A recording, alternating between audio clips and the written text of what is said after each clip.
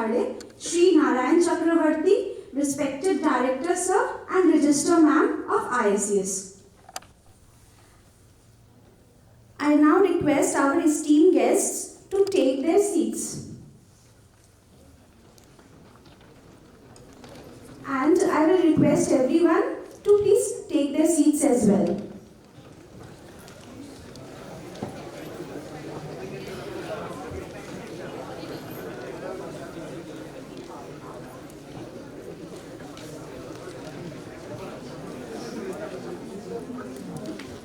I call on stage my colleague Anushmita to felicitate Professor Sunil Kumar Khade with a flower bouquet.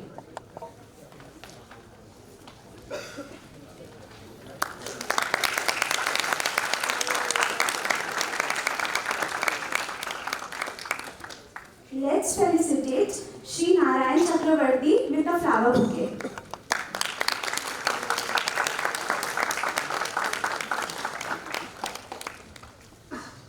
Anushmita will now felicitate our director, Professor Arindam Banerjee.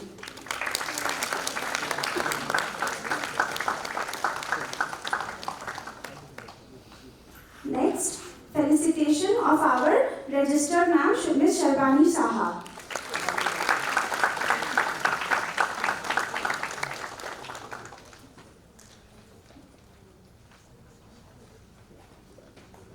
Now, I will again request Anushmita to hand over the memento to Professor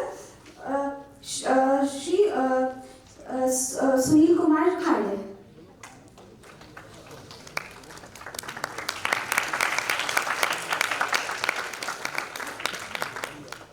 Next, a memento will be handed over to Shri Narayan Chakravarti by Anushmita.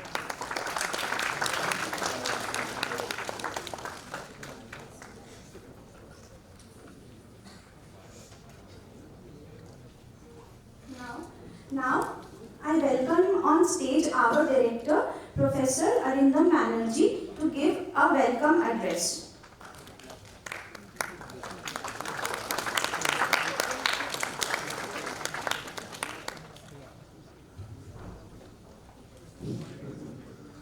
Good afternoon, everybody. Professor Khade, Professor Chakravarti, Sharbani, and Professor Ayan K.D.M. Rao, and my dear students.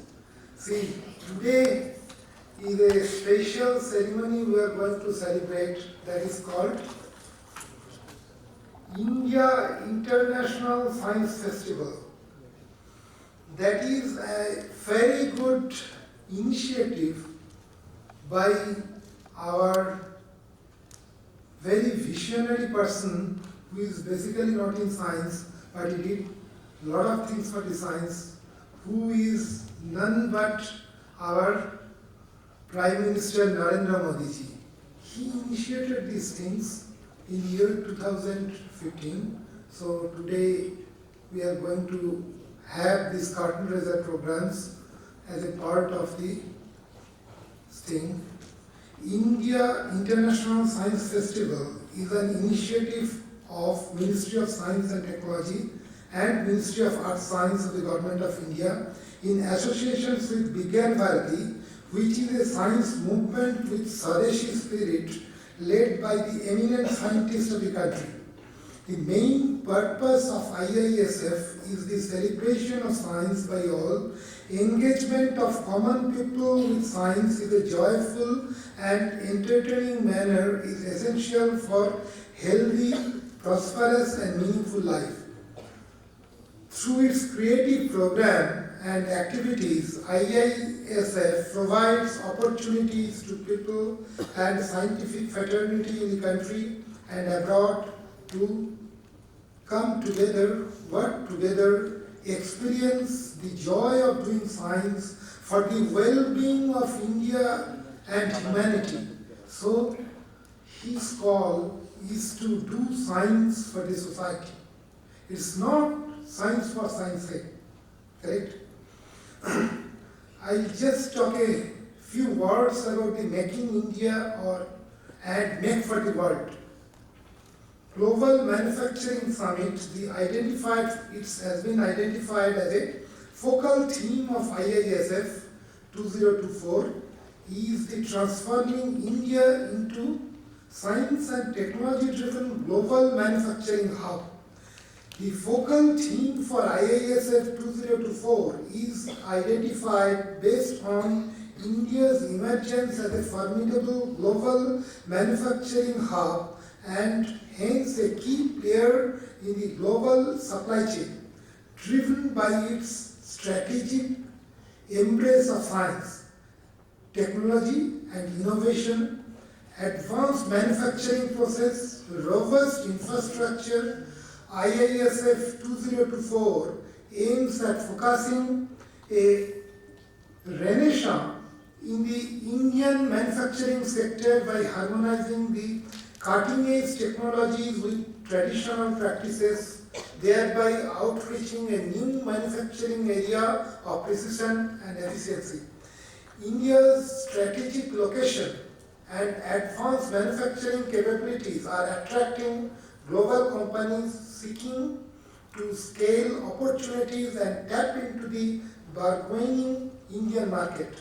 In IASF 2024, will provide a platform for discussion, engagement aimed at the creation of integrated ecosystem that combine the manufacturing, technology and logistics, enhancing India's role in the global supply chain and transforming India into a global manufacturing powerhouse.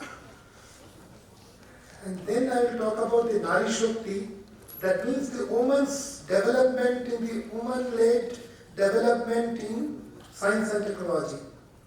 The active participation of women in global STM professionals is 35 to 36%. The number of women in science and technology professionals saw an increase of a mere 6% over the past decade. The government of India has brought about several schemes to promote women in STM program and enterprising field. Nari Shakti aims to represent a paradigm shift from women being beneficiaries or the participant of science and technology programs to empower women to take formidable leadership roles in the competitive sector to lead and drive the innovation.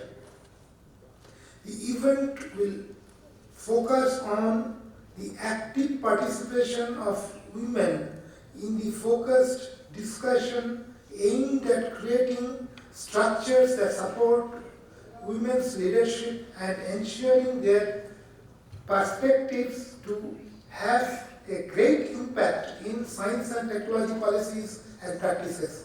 The event shall also try to establish mentorship programs and professional network to help women leaders thrive and connect the peers.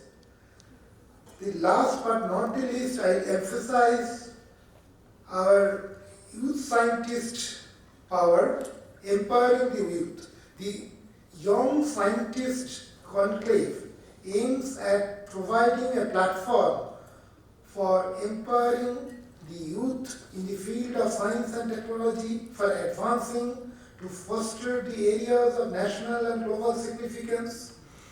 IASF 2024 envisions the participations of Vigyana Juba, SSB Satyeshwar Bhatnagar awardees, Young Scientist awardees, Young Investors, Scientists, Facilities in that conclave. Actually, now we are living in an era where India is just striving to have a very great power, not only by population, but also in science, to elevate and to eradicate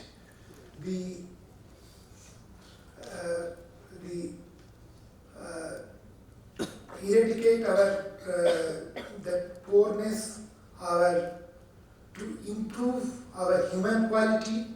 Our human quality has been improved to a great extent over the years, And I have a strong belief with the help of science for doing society and translating our research into the type of science which will be the benefit for the society, will uplift us, and I hope within a decade or within a few years will be the one of the superpowers in the world. Thank you very much for your kind attention.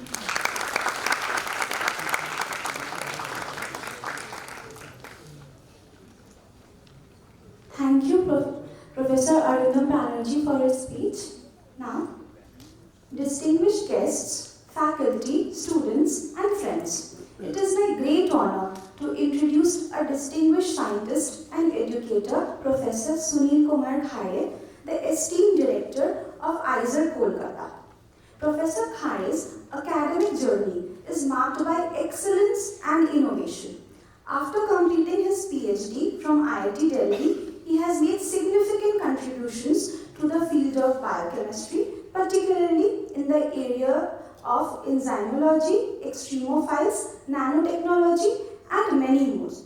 His research has been widely recognized and cited over 10,000 times. Before assuming the role of director at IACS Kolkata, Professor Khare held various academic positions at the IIT Delhi, including Professor of Biochemistry, Dean of Research and Development, and Chair Professor in Biochemistry. He has also held visiting positions at prestigious institutes such as University of Georgia, USA, and University of Blaise Pascal, France.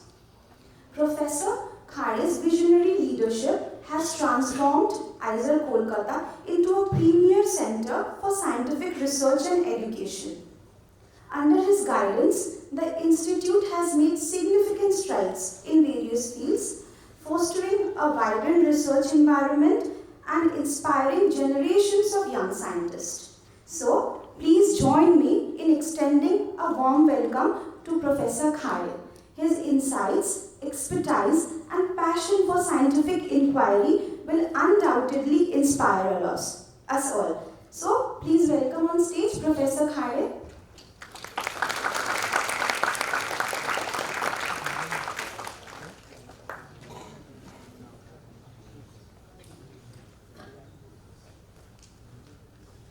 I feel very humbled actually, thank you very much.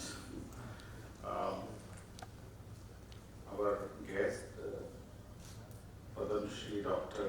Professor Narayan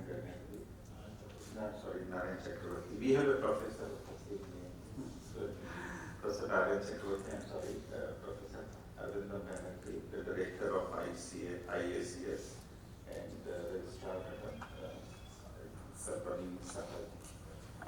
So it's a great pleasure for me to be here, and I thank them for inviting me.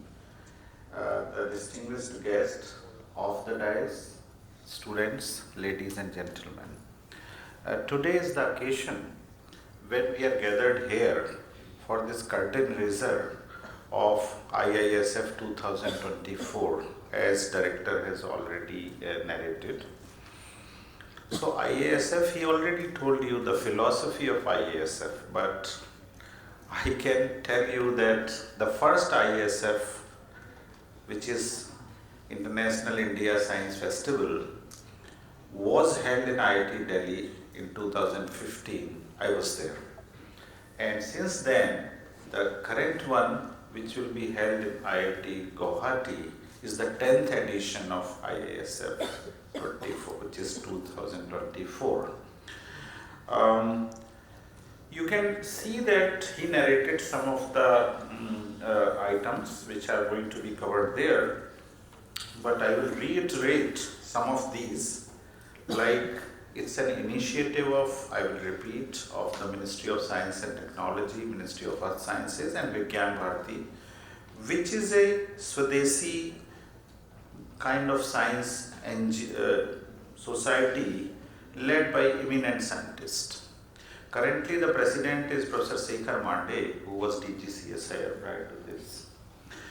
And he already said what, but I will read the mission IASF 2024. It says, quote, a prosperous Bharat in harmony with modern infrastructure and nature, giving opportunities for all citizens of all regions to reach their potential through science and technology. In other words, herein we are fostering the culture of science and technology for development of the nation. And this, I can also tell you, maybe now you are in schools, that time maybe you were in junior classes. In 2019, the IISF was held in Kolkata, in Science City, Kolkata. So I'd say something this city already has done. In current festival, India International Science Festival, there are 25 thematic events. So you can understand how big it is. And some have been narrated by Professor Arindam Banerjee. Some I will cover. So one event is called Chandrayaan. Chandrayaan is a major event for IASF, which is, and remember that this IASF event is going to be held in IIT Guwahati from 30th of this month to 3rd of December. So 5-day event, 4-day event. So one is Chandrayaan. The names are something like to catch the attention, but this is a science, technology, defense, space exhibition. What it's going to showcase is our achievement and breakthrough and success stories in the field of science and technology. I think many of you, I believe that students are more informed and better informed these days than we were in our time. So you may understand what we have achieved in our defense and space sector. Some of those exhibits will be displayed there for a common man. And beside that, other various initiatives taken by Government of India and Honorable Prime Minister in last few years, like Atmanirbhar Bharat, Swachh Bharat, Digital India, Skill India, Made in India, Smart Villages, Unnat Bharat. All those, the themes will be there in this expo. That is one. Second theme is, so I'm just going to give you some glimpse actually. The 25 is, I'll not cover all 25, but the one which may excite you. The Science Odyssey, this will have a focus on Northeast. So you know the Seven Sisters, Northeast, I think you are aware of it. It is believed that it's a very, maybe some of you might have, because we are in the vicinity of Northeast, some of you might have visited some of the states. They are culturally and biologically also very diverse. When I say biological diversity, I mean the plants and microbes there. Okay. So, but there are challenges which one can anticipate. And it is believed that through science and technology, we can find the solution for these challenges.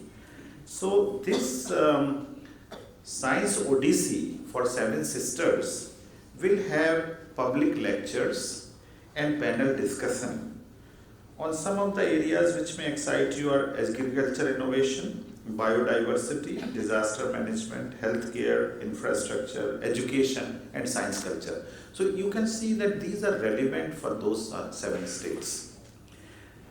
I think already our director has already spoken about Make in India, which is third theme of the out of 25, and he has so we all know now we are saying that India should be manufacturing hub in coming years, and I will mention that you know the biotechnology, some of you may be studying biotechnology or biology. So Department of Biotechnology has launched a program, B3. B3 is actually the program for biomanufacturing hub, where they are funding for biomanufacturing.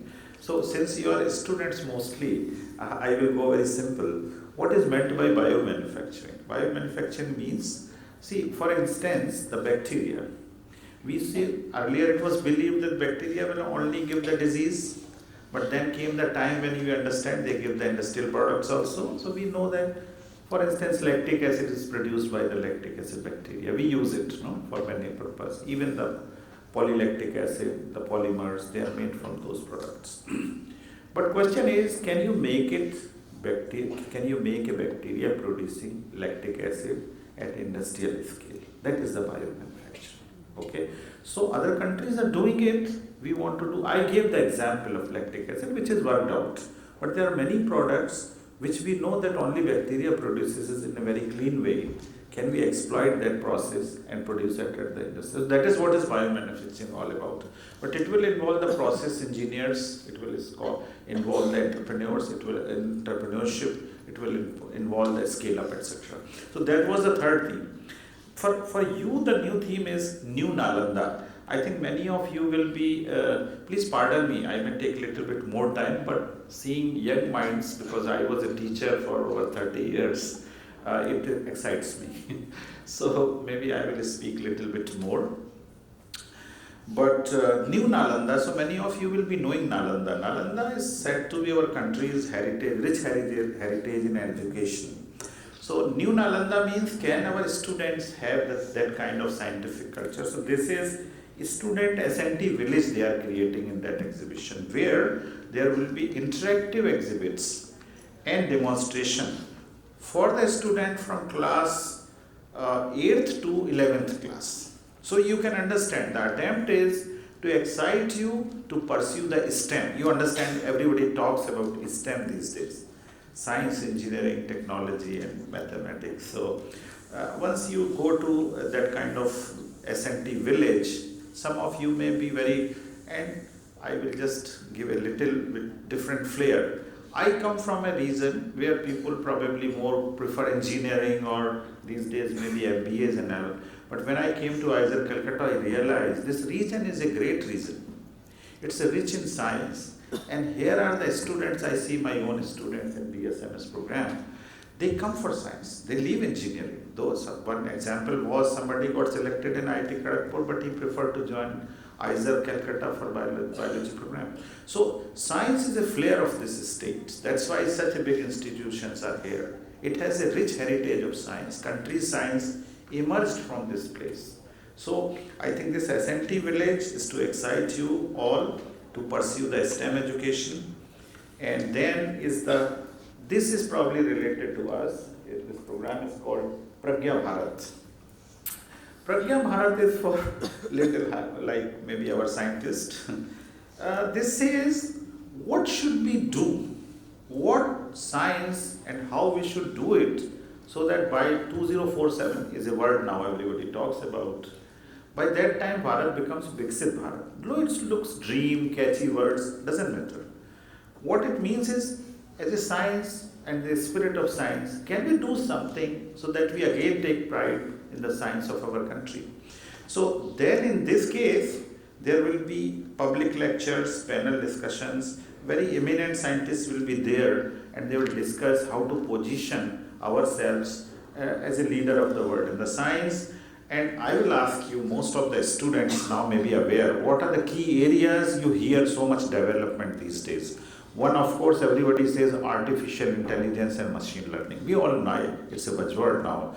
But it has penetrated to every discipline of science.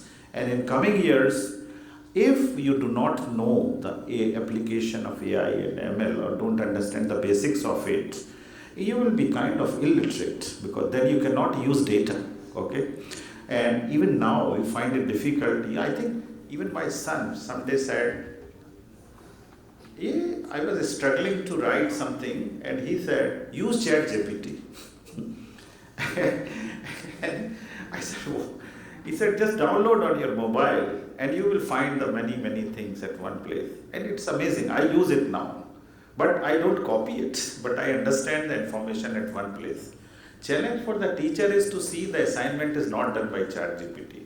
But then there are softwares which tell you that it is from ChatGPT. So I think that's what I mean, that AI/ML is one theme there. Quantum computing. It is believed globally that quantum computing is going to revolutionize the science. And this institute where you're sitting right now is hub for quantum research. Very well known for this. And so the government has created a quantum mission actually with lots of fundings there. And of course I am a biology person, so biotechnology and genomics is something which all you hear, you read also. and you can, so when we say genomics and biotechnology, you can manipulate the, bacteria, you can manipulate the plants the way you want. Then something talks about, everybody talks, you are less exposed, but if you look at the pictures which are coming in newspapers from Delhi, you can't see beyond some visibility is very low, and that is the impact of environment. They have smog, they have burning crops, and you can't, haze is there, respiratory systems are affected. So there's one session on sustainable green technology. So we have to have a sustainable technology, green technology. Green means which doesn't impact environment adversely. And of course the clean environment. Another issue which we all face, and I will go, I'm being spontaneous.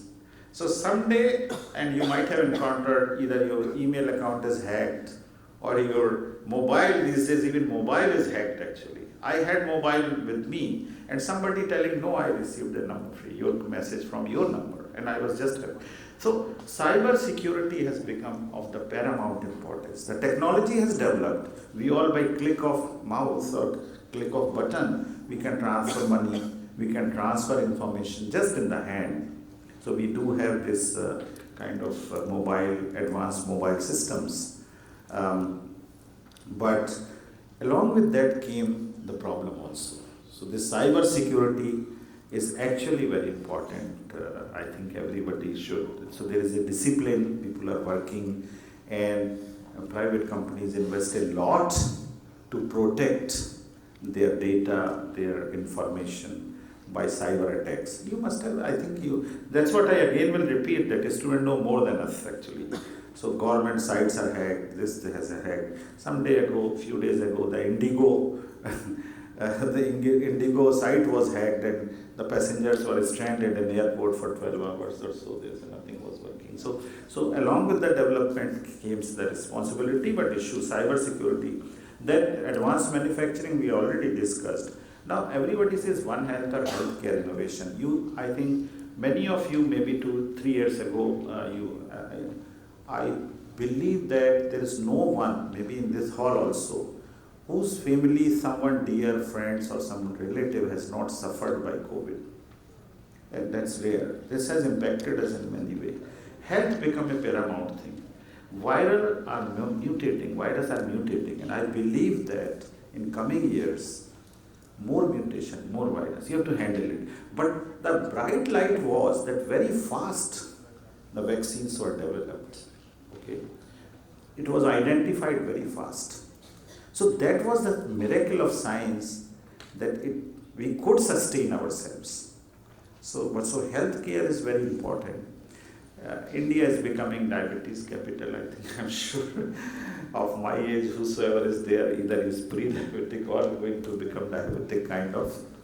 And many BP, stress is one buzzword. Even when some younger generation, when they say, I am having stress, we have not heard of stress when we were students. Now we understand, or because of our age and responsibilities. But there was a time when stress for the student was nothing. But now I know many of you sitting in this hall will have different kind of stress. So you have to be very careful with the healthcare. I think I will say a few things. How many of you are aware of gut microbiome? Yeah. It is now being established that this gut microbiome has a very strong correlation with the disease. And in coming years, there going to be a lot of research on this. Gut-brain relation is established. So you have to keep your gut healthy. So you all listen prebiotic, probiotic, whatever. But remember that gut microbiome is specific. So same thing may not affect one of us, and same thing may affect another of us. It's because of the microbiome we have. Microbiome means population of microbes, which is little unique in everybody in the gut actually. And this has a correlation. So people are trying to establish the gut microbiome very closely. This will lead to personalized medicine in coming years. Personalized medicine also you should understand. Like our country, you go to doctor, he will give a general antibiotic, even with a fixed dose.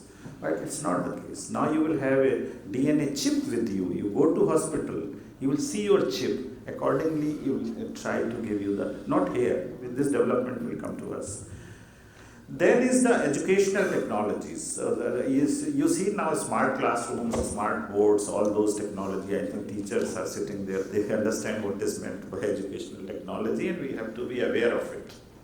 So like I was somewhere attending this Times Education Award ceremony for the school children, and very nicely some teacher said, and I admired.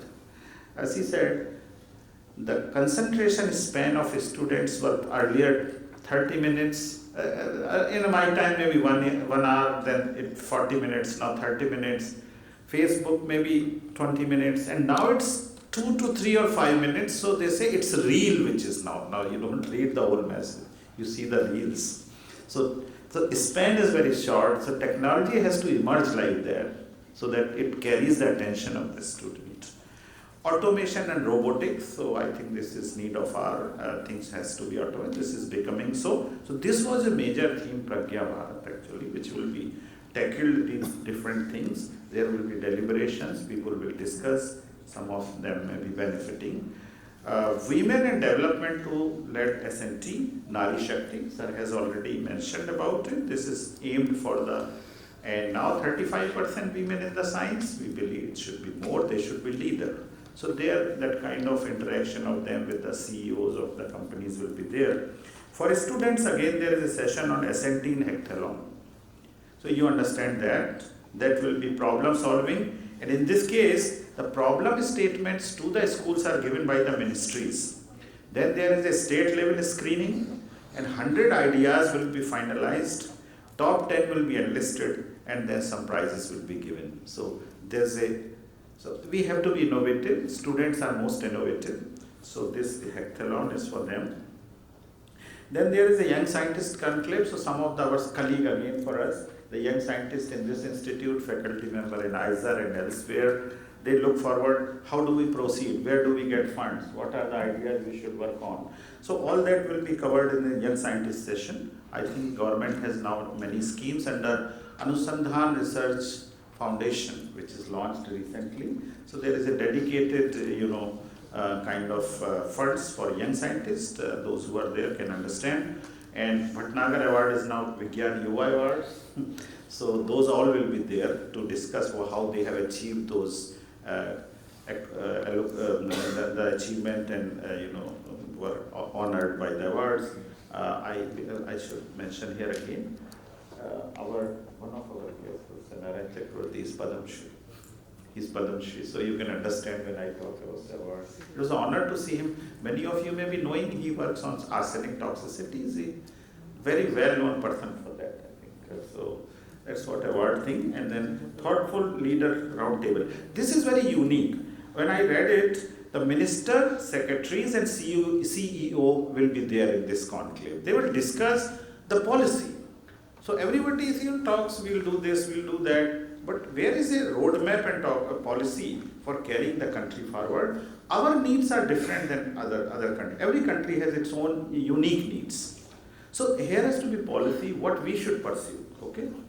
Like some time back when I was a student, long back, people say DNA, US can work on DNA, but they will not work on cholera, which is because they don't have it. They won't have malaria. But we have to work on that. Our problem are our indigenous problems. So I think this policy thought leader round table is important. For teachers, there is another session called Gurukul. Here the educators will go, they will interact.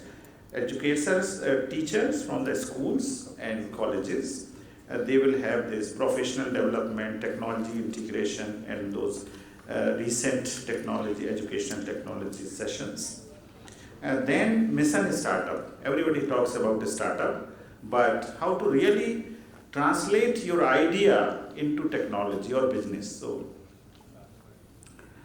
how many of you are aware that Zomato, I think I also, my son doesn't eat at home. You see, whatever you have made to her mother, it's not good for me. He will order something from Zomato.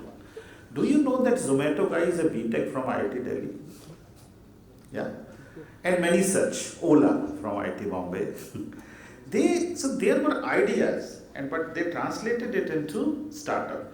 This session will pitch session, networking session, case studies, mentorship session, and investors will be there. So there is a session for understanding how to go for. Then there is another exhibition called Reimaging Bharat exhibition. So here we will see what kind of technology country has developed in the agriculture, healthcare, education, etc. So that will be demonstrated. Very specific session for Ministry of Earth Sciences on meteorology, oceanography and ecology. This is important. Weather, climate, marine, early warning, earthquakes and all those will be, their research will be covered. One interesting session will be on Global S&T Alliance. Here they are calling Nobel laureates.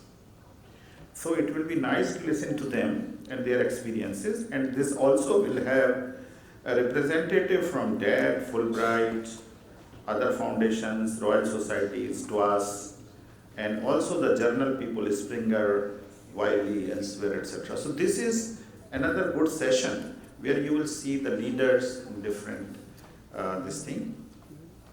Now, each institute has a humanities department in general. So there is a session on Science Literature Festival. Art of scientific writing is very different.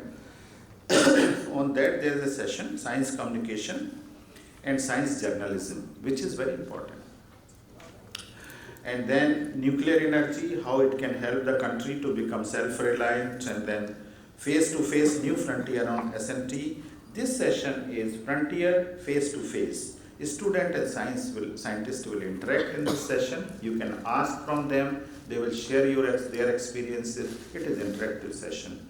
And then National Social Organization meet is also there. So like Professor Arvind Banerjee said initially, how science can help society. So this session is addressing societal needs. For instance, we talk big science. We say there's a recombinant DNA technology. We'll manipulate, we'll see the genome, etc. But have you heard in Rajasthan, there are many villages where they don't have drinking water because their water is so saline. Can you find a solution for that? So that kind of societal work is, and arsenic, you will listen to him. Arsenic is a big problem even in this zone and area. Then there is a Vision Sansad, where these leaders will decide what kind of roadmap should be there for the science in the country in coming years. And media conclave, media people will be called, because there is one thing. Remember, each one has a perception. And I was trained somewhere in different capacity, where this was said, how teachers perceive students, how students perceive teachers, okay? How media perceives science, and how science perceives the media. And this is very different. How farmers perceive the business, and how business people perceive farmers. So there is a kind of prototype. You will see farmer means he will have no slippers, his clothes may be kind of soiled. So there are prototype. It's not true, but we have an image.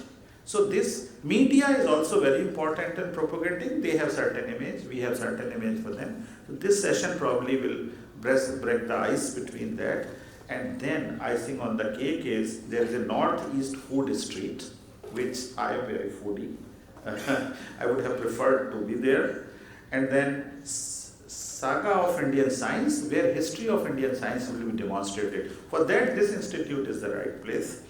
And then Northeast Symphony, because many of you may be hearing very good singers of different kind, not the what we call classical, but other kind comes from the Northeast, so that is also covered. So these are entertainment part, but I told you that science part is for everyone there.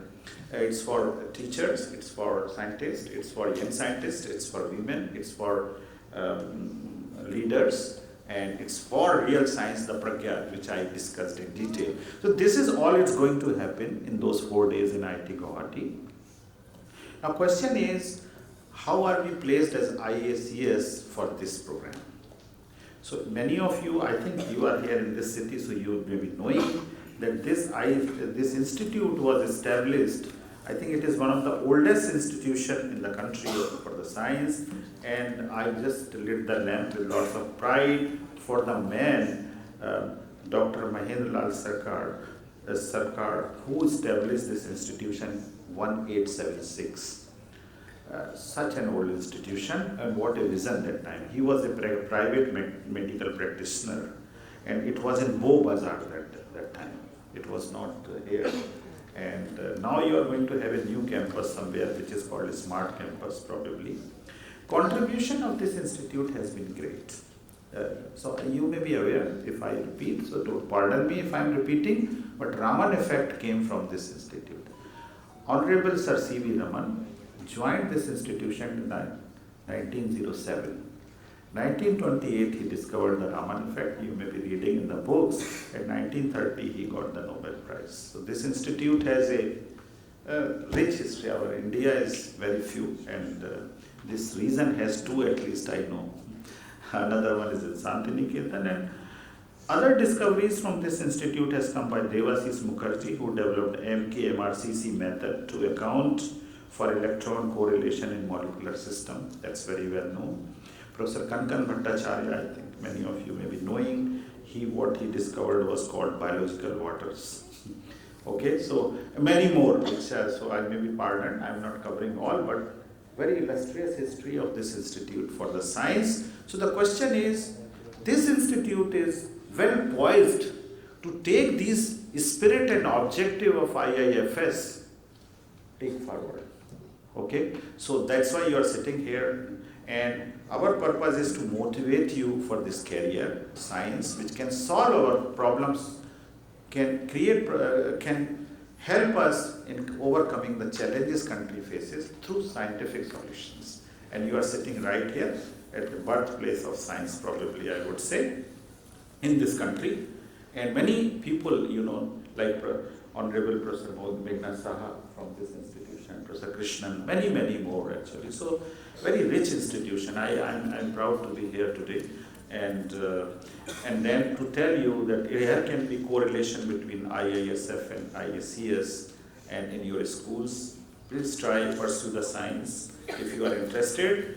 And IACS Kolkata, I think you can read the website. We also do the similar things. We get the BSMS students through a test, common test, and we have all the Department of Sciences, Biological Sciences, Chemical, Physical, Mathematical, etc. there, and we try to bring out the best, whatever they want to do. The job of a teacher is to motivate them to do the good science and bring best out of them. But foundation is BSMS, where you learn, and then they do PhD in our institution. Also, we have a collaboration with this institute in quantum physics and many more areas. So I request the director, Professor Arindam Banerjee and Madam, please encourage, let's have more interactions, let us do something together again. And then final words for you is get motivated, but pursue whatever you like. If you like science, pursue science. But if you don't like science, don't take it. Do whatever your dream is. That is another thing. If somebody is pursuing, like parents say to the student, become engineer. I know because I am in IIT for 30 years. People get crazy. Parents get more crazier than the student. You have to come in IIT. And the boy is having something different in mind. That he is half engineer, half something else. So you should actually do what your soul speaks. And then you will be the best. So do that, pursue your dreams, but pursue honestly. Okay? This is what I say. And I wish you all the best in your careers. Once again, thank you for calling me here. Thank you very much.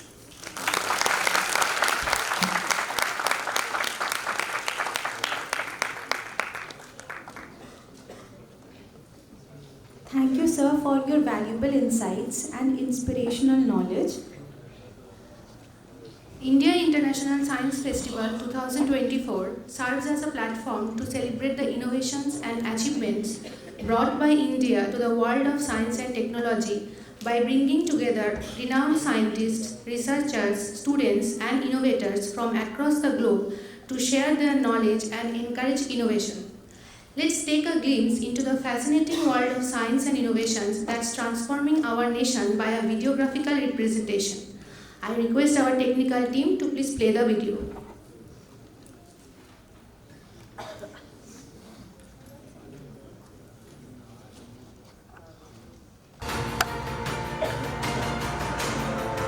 The India International Science Festival, IISF, is a grand celebration of India's achievements in science and technology. It is an initiative driven by the Honorable Prime Minister Narendra Modi ji as a part of his vision of utilizing scientific research to serve humanity. The 10th edition of IISF will take place at IIT Guwahati, Assam, from the 30th of November to the 3rd of December 2024. IISF 2024 is being conceptualized by the Ministry of Science and Technology and coordinated and organized by the Council of Scientific and Industrial Research, CSIR, in association with other government departments and Vigyana Bharati. IISF stands as a symbol of inspiration and collaboration, offering a unique platform for scientists, researchers, students, and science enthusiasts to share knowledge, exchange ideas, and forge new connections. The theme of IISF 2024 is transforming India into an S&T-driven global manufacturing hub. The journey hereafter, the journey from here onwards, is going to be primarily technology-driven. IISF 2024 aims to foster a prosperous Bharat in harmony with modern infrastructure and nature, ensuring opportunities for every citizen to reach their potential through science and technology. This year's festival will feature 24 distinct events. Some key highlights include Focused S&T for the Northeast, Museum of the Moon, Global Manufacturing Summit, Students S&T Village, New Frontiers of S&T for Viksit Bharat 2047, Women in S&T, From Development to Leadership, Empowering the Youth, Mission Startup, Minister Secretary CEO Conclave, Reimagining Bharat Exhibition, International Science Literature Festival, Science Through Games and Adventures, Northeast Food Street, LED Light Show, and Northeast Cultural Fest. Join us on this extraordinary journey into the world of Indian science, technology, and innovation. Be part of this historic movement. Explore, learn, and embrace the wonders of science at the India International Science Festival 2024. Visit our website at www.iisf2024.in for more details. Esteemed guests, faculty, students, and friends, it is with great honor that I introduce to you today a true visionary, a relentless advocate for public health, and a recent recipient of the prestigious Padma Shri Award, Professor Narayan Chakravarti. Professor Chakravarti has earned his PhD in Analytical Chemistry from Jadavpur University. This was followed by a fellowship in Regenerative Medicine and Translational Sciences from West Bengal University of Health Sciences. Professor Chakravarti is a renowned expert in the field of environmental toxicology, particularly in the area of arsenic contamination. His groundbreaking research and tireless efforts have been instrumental in combating this silent killer that has plagued numerous communities, especially in the state of West Bengal. Professor Chakravarti has held various academic and administrative positions at prestigious institutes such as Maulana Azad College and West Bengal State University.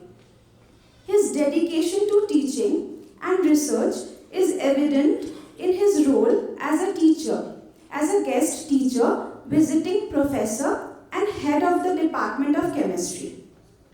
In addition, Professor Chakravarti is a passionate advocate for public health. He has tirelessly worked to raise awareness about the dangers of arsenic poisoning and has advocated for policies to mitigate its impact. His commitments to public health has inspired countless individuals to take actions and contribute to a healthier and safer world. So, please join me in extending a warm welcome to Professor Narayan Chakravarti as he shares his invaluable insights and experiences with us today. So, Professor Chakravarti, I welcome you on stage. Am I audible? Yes. Okay.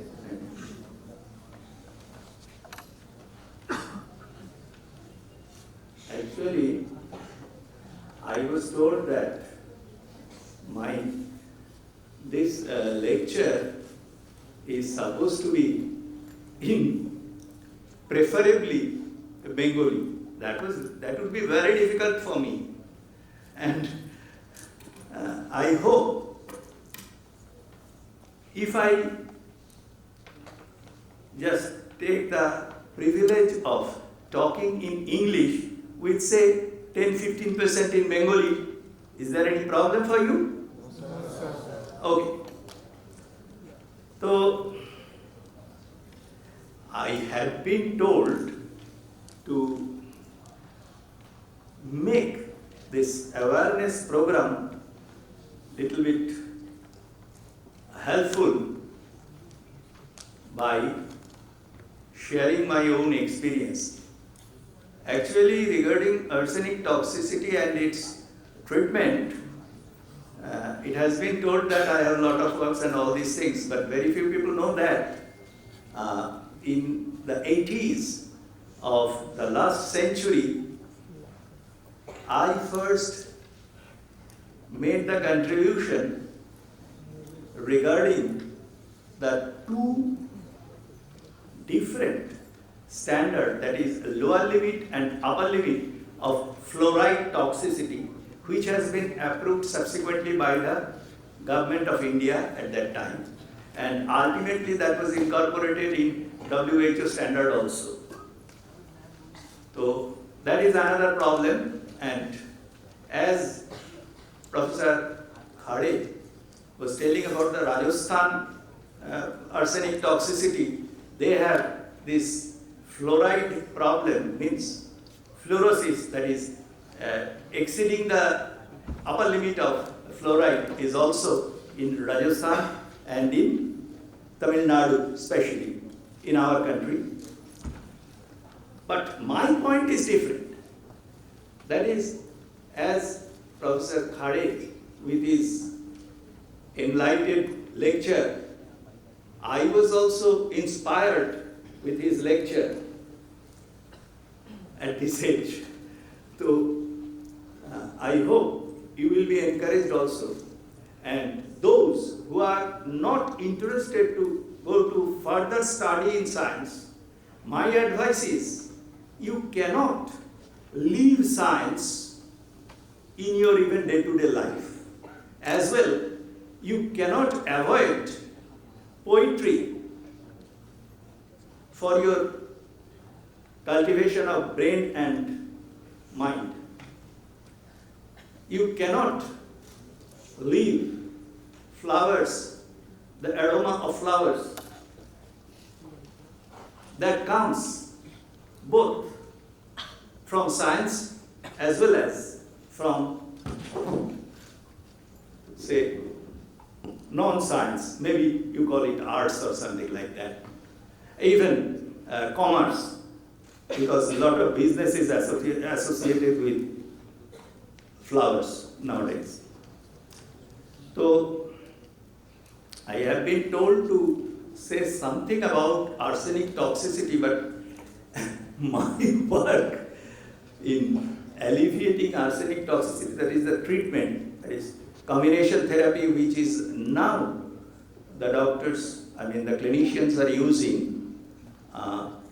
To understand that, you need some more years of experience, glutathione, oxidative stress, and all these things. As Dr. Khade also told about this biotechnology, my last department. So, I am just avoiding that. For awareness, what you are to know. First of all and foremost thing is that the scientific research from say 50 years or 40 years back to nowadays have taken place. A considerable amount of changes, change of directions. In that time, say, when we came to our research, the theoretical research and the publication of papers counted one as a Pundit Vyakti, learned man. And the country, people's money were spending for the theoretical research. Now, what change have been effected? That is the translational research. Professor Khare is in charge of an institute of basic science. I am sure that in his institute also, the research give preference for this translational part. That is, your research, your findings, with those findings, you can help to the society. Say, sometimes back I was talking with the director of this institute, Professor Arindam Banerjee. He was talking about this regeneration. That is the translational part of the things. And as Professor Khare told about this green science, green chemistry, that is a subject, that is a paper. I taught that paper for a number of years in West Bengal State University at Parashur. That is, say, in chemistry, lots of reactions are there. Very simple way I am telling you. But the solvents they were used to do for those reactions, these were changed with some other things so that the environmental pollution, if not avoided, it is minimized. That is green chemistry. In a very simple way, I am telling you. So, the emphasis is on the betterment of the society. Whatever science you pursue afterwards, you should be aware of one thing, that the country is just giving you all the facilities to do your research, to do your working and all these things. They are financing the whole thing, financing your earning also. You do such a thing that it should be beneficial to the society, be it technological transfer or be it other way. Now we come to this arsenic part. Arsenic is a very, very important metalloid. You know metalloid?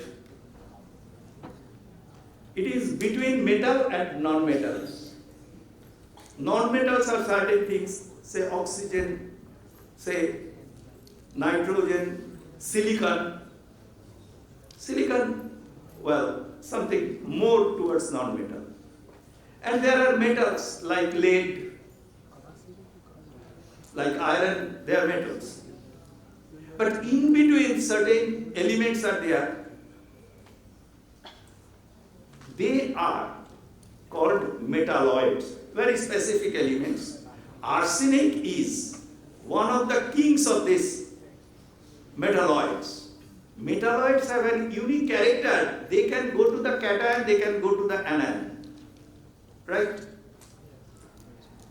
And how this arsenic, say everybody knows that arsenic, a chief source of arsenic poisoning, arsenic toxicity is water.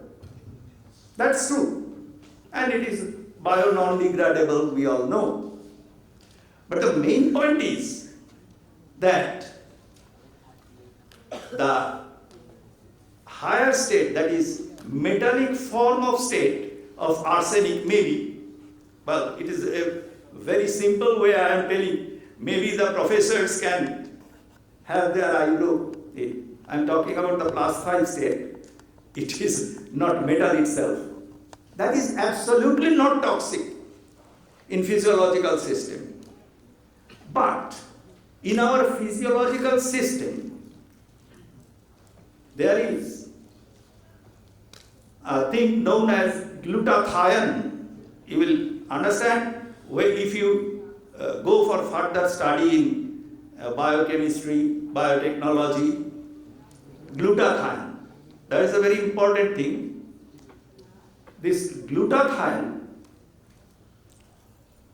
has a unique character to reduce arsenic in vivo in our body to take it to plus 3 state, reduced form. And this is highly toxic, arsenic.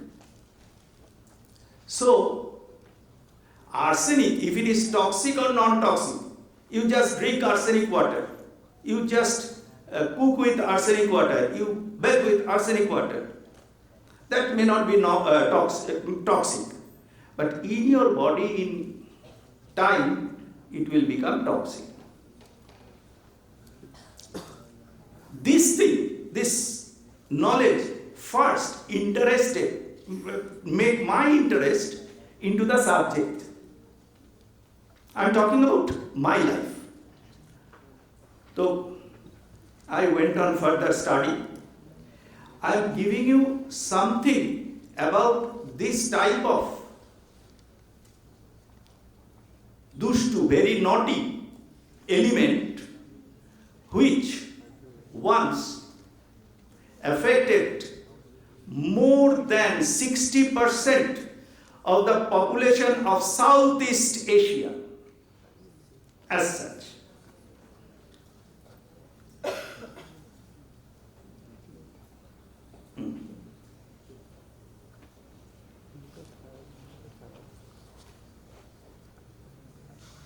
The first one, the problem of arsenic toxicity, how you open? This one, problem of arsenic, the first one. No, this is the next one. Yes, the problem of arsenic toxicity. Should I read it? Yes.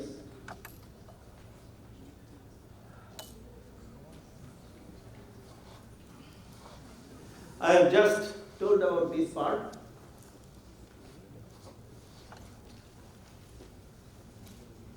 And up to 2015, early part of 2015, you can imagine how many people, 300 million people throughout the world is affected by arsenic. And this is not only from the water. Afterwards, we came to know that arsenic causes secondary, tertiary toxicity. Say, cow taking grass as food. This soil contains arsenic through grass that comes to the cow's milk. Cow is accepting that because arsenic is non-degradable. Accumulated effect of arsenic toxicity comes.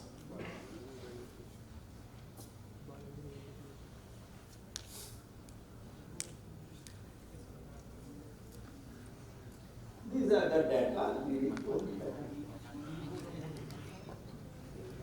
You see, you can see that arsenic, this 10 micromilligram per liter, this is the WHO standard. If it is more than that, then it becomes toxic. It is not allowable. You can notice how many parts of the world is affected.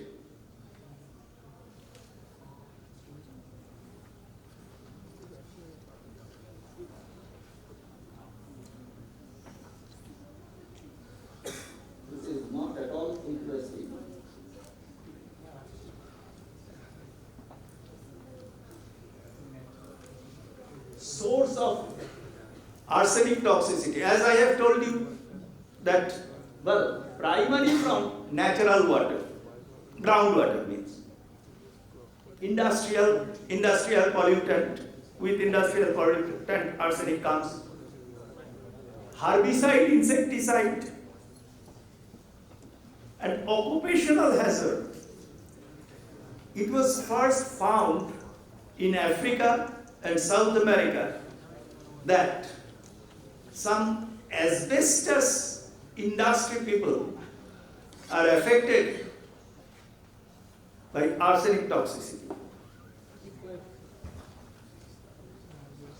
Food-based poultry, that is, you can correlate with it, with that cow's fodder, as I told you earlier.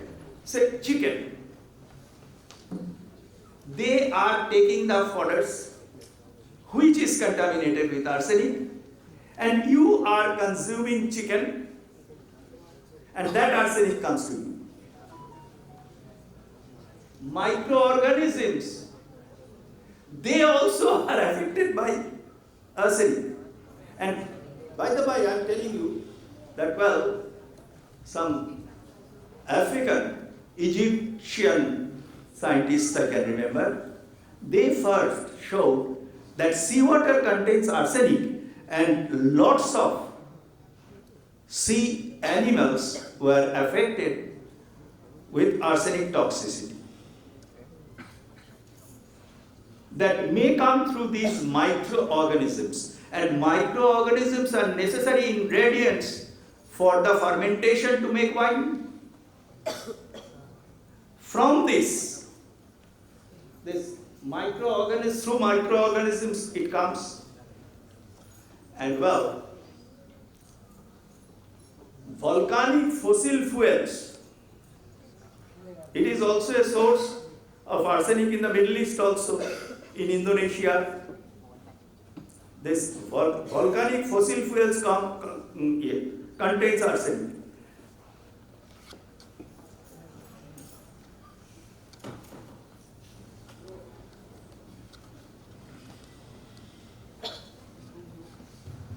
Origin of arsenic toxicity you can see by yourself. Food, you can correlate this with my points.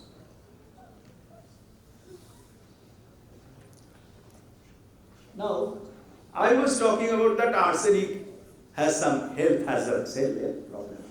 How? You see, arsenic can influence physiological system by all these: blood cancer, skin lesions. Well, by the way, the first manifestation of arsenic toxicity in human come by skin. So, the people affected with arsenic toxicity go to whom? The clinicians of a particular department, dermatology. I have seen in medical college and my last college, that is School of Tropical Medicine, hundreds of people in the outdoor with the skin lesions and the changed pigmentation of the skin, maybe in either way, hypo or hyper, comes. And by the by, previously it was accepted that blood arsenic would have been counted first. But we showed it that after 4 hours of taking blood from the patient, the arsenic concentration diminishes. So within 4 hours, sucking and the result should be within 4 hours. That's very difficult. But now it is established that if you analyze hair of the affected person, the arsenic toxicity. By AS you can do it. That is, arsenic persists in hair for at least 28 hours. So it is universally accepted now to find the arsenic concentration in the body by taking the hair analysis. And one thing, you see, stem cell, I am not, this is very difficult. Regenerative medicine part.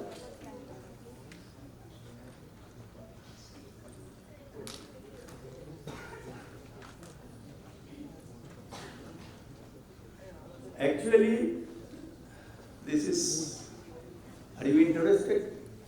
Well, since blood cancer is the changing of the blood cells, and in the mitochondria, there is a lot of concentration in the cell mitochondria. There are lots of arsenic. I'm very sorry. Lots of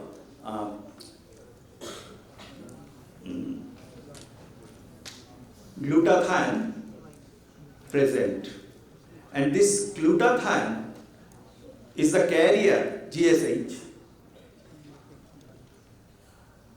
which is responsible for arsenic plus 5 state to convert to poisonous plus 3 state. And this has another effect that is different. Not the girls, when they become ladies, they will be very conscious about their health, skin and all these things. And after some years, they will use anti-aging creams. These are actually to scavenge out the reactive species, that is oxygen, nitrogen. GSH can scavenge out these. So there are double effect. And as you have seen, that affect kidney and lung, heart, as well as, not heart is lung, the liver, pancreas. In medical science, in the very beginning, we came to know that 3 organs share the same niche. Which are those organs? Liver, kidney and pancreas. So please, you know, it may be with arsenic or without arsenic. If your one organ is affected of these 3, others will automatically be affected. And so cancer people, why? The liver cancer people are dying within a very short time because of 2 things. Because you cannot operate that out, move it out. That is very difficult. One. Second is that you cannot remove these things. And if one is affected with a particular cause, actually cancer is not a disease. It is the manifestation of disease. The cause of disease is different, totally. You cannot remove the cause. So if one organ is affected, they share the same niche. So they are supposed to be affected simultaneously, the other 2. And that is the main reason of this arsenic toxicity also. And this diabetes also has a very, very correlation with arsenic toxicity.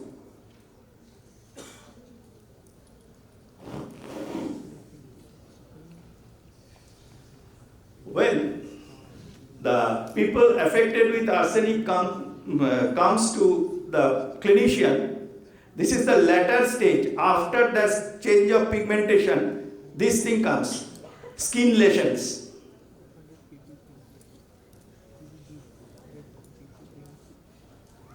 Lung cancer due to arsenic toxicity.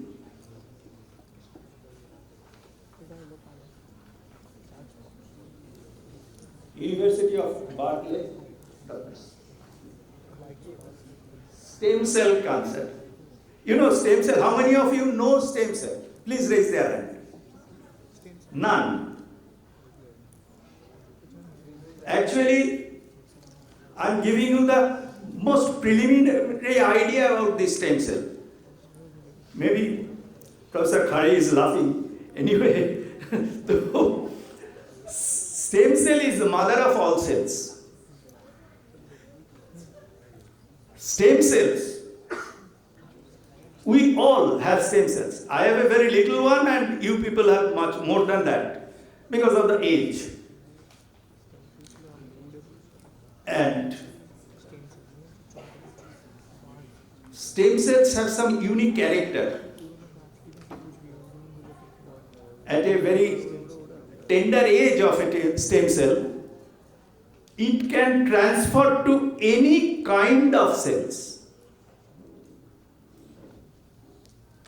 So, cell line of stem cells is very important, and the first man who discovered this pluripotent stem cell line, Yamanaka,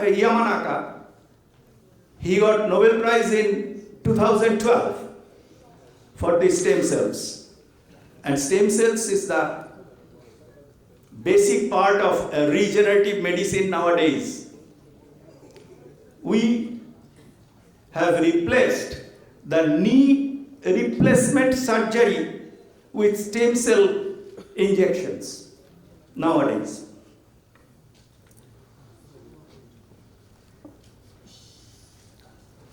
Lip. This is a very common feature in arsenic affected South Bengal as well as Malda, Murshidabad, even he was talking about that Rajasthan. This foot.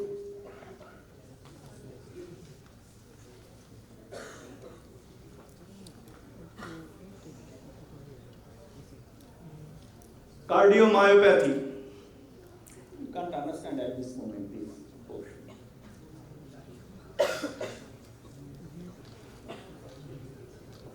Now,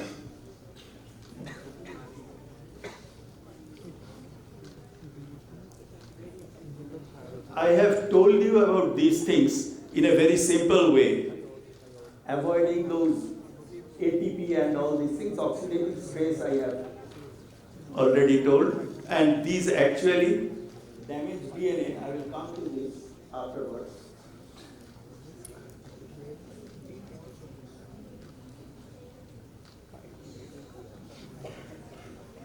This is the arsenic toxicity.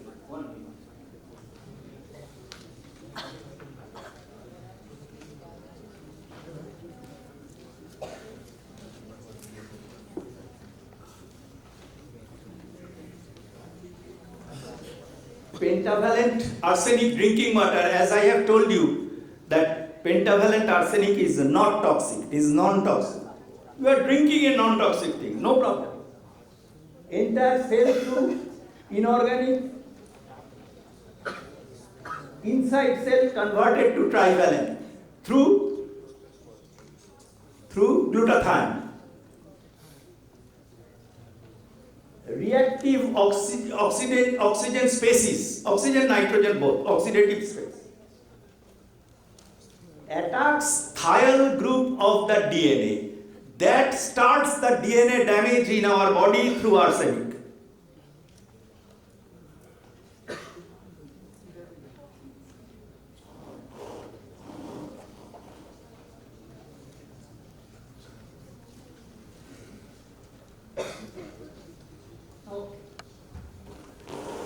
Actually, previously, this treatment was done by the clinicians, that is using the chelation agents. You may not know these names. First British anti-lewisite, that is the first chelating agent used, but it had lots of side effects. Arsenic toxicity will be cured, but the patient will die. Like that. তো আমরা বলি না যে অনেক সময় হাসির গল্প যে একটা ট্রেন চলে গেছে একজন মানুষের ওপর দিয়ে, মানুষটা মরে গেছে কিন্তু চক্ষু হেন মহাধন সেও বেঁচে গেছে, মানে চোখের ওপর দিয়ে যায়নি বলে চোখ দুটো বেঁচে গেছে, এরকম ব্যাপার হয়েছে। So it was discarded. After that, DMSA and other chelation agents, ultimately EDTA and some more sophisticated and less toxic effect wala chelation agents are using.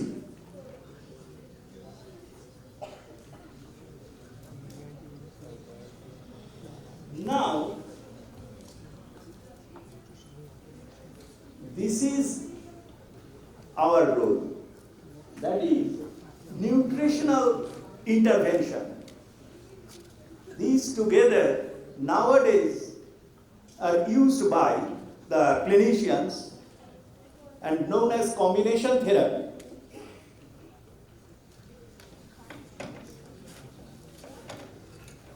You see, we mainly use the natural products coming from, forget about these things, coming from nature, that is, say, plant mainly. Well, sir, you are talking about this Ayurveda and all these things, but we are in this age of allopathy. I know, I'm telling you one thing. You are here at this place, IACS. It was conceived and started by a person, Dr. Mahendra Lal Sharkar, who was an MD in allopathy. He was a member of Royal College of Physicians of England, and he ultimately turned his medicine applications to homeopathy. And we, being basically from chemical science, Professor Arindam Banerjee may agree with me that our basic knowledge is that when you dilute, you also know it, with dilution, the effect of a particular thing just diminishes, right? But what about the nano things? That is reversed.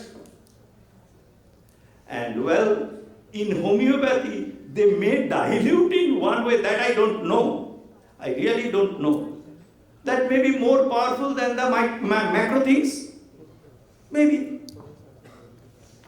But homeopathy has different physiological terms. We don't have idea about these things. But nevertheless, just negate any science or any application. And with this, Mahendra Lal Sharkar excelled in his field, and he started this institute first.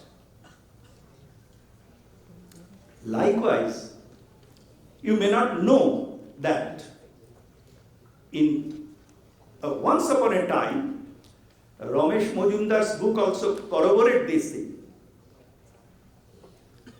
that India, Bharat, excelled in medical science in the world. They were the world leaders. And there were lots of books at Nalanda Vishwavidyalaya regarding this medical medicine preparations.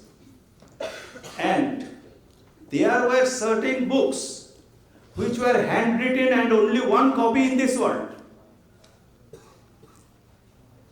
The library of Nalanda Vishwavidyalaya was burnt at the instigation of Khilji. That took 3 months, continuous 3 months, to burn the whole university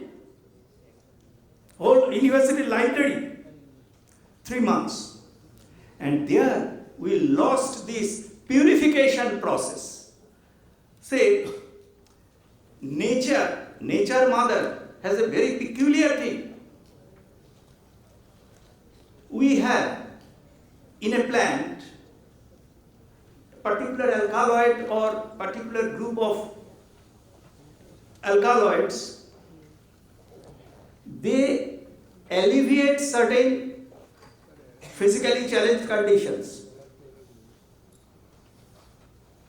But at the same time, in the same part of the same plant, you may have certain other alkaloids which aggravate the situation.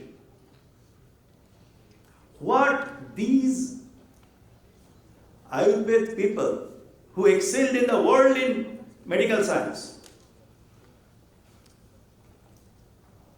they used to separate it. And here we used the latest separation technique in the world used by even the medical scientists. HPLC and all this. And the process was accepted by FDA. And once FDA is accepting, so whole world is accepting that thing. Here lies the beauty of these natural products, and these are sold everywhere in the world nowadays. So what these natural products do basically, that is, they are actually antioxidative stress ingredients. They are commonly known as antioxidants. We say holu, turmeric, lasun, like this.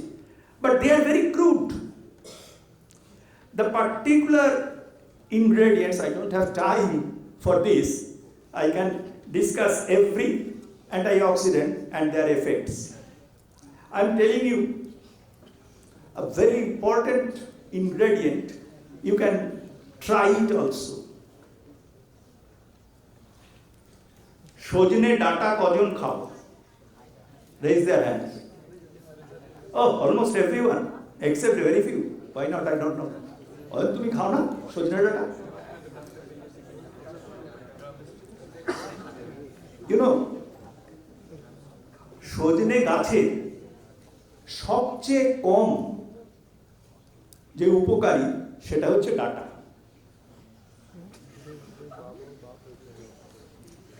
You collect the root of this সজনে গাছ, dry, make it dry. Even the leaf of that plant, they are very, very good antioxidant. And as you know that what this a glutathione reductase do, GSH, they scavenge this oxidative stress ingredients, and these thiol groups of our body, DNA is affected by that. DNA contains these groups. So these groups are attacked by these people, and what these antioxidants do, they just slow down the process. এটা যদি তোমার 6 মাসে হয়, ওটা তোমার 20 বছরে হবে। তো 20 বছর তুমি ভালোভাবে বেঁচে থাকো। And the body itself scavenges certain things in certain way. That may be very slow. So you may be cured. আমরা এখন যে কোনো ক্যান্সারে after say seizure and followed by prophylactic antibiotic steroids and then chemotherapy, if there is no further occurrence within 5 years, we say that the patient is cured. Like that. Arsenic toxicity তো ঠিক এইভাবে আমাদের এই জিনিসগুলো হয়।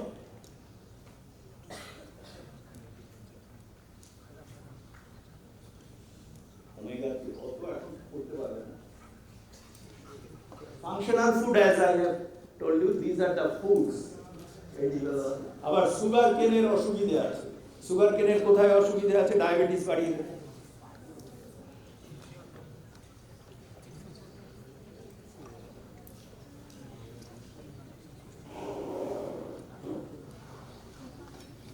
Microremediation, as I told you. আমি একটা জিনিস ভুলে গিয়েছি তোমাদের বলতে। Those who can't understand সজনে, Moringa oleifera, that is the name of this. আসলে ভালোভাবে বলার জন্য আমি কিন্তু অন্য একটা স্লাইড থেকে, মানে অন্য একটা পিপিটি থেকে আমি এই ইয়েতে দিয়েছিলাম একটা স্লাইডে, সেটা আসেনি। তো দেখো,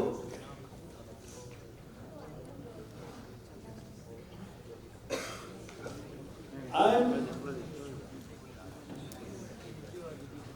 in conclusion saying only one thing, that is, so I have started to develop my interest about arsenic toxicity with one character of arsenic, that is, it is non-toxic.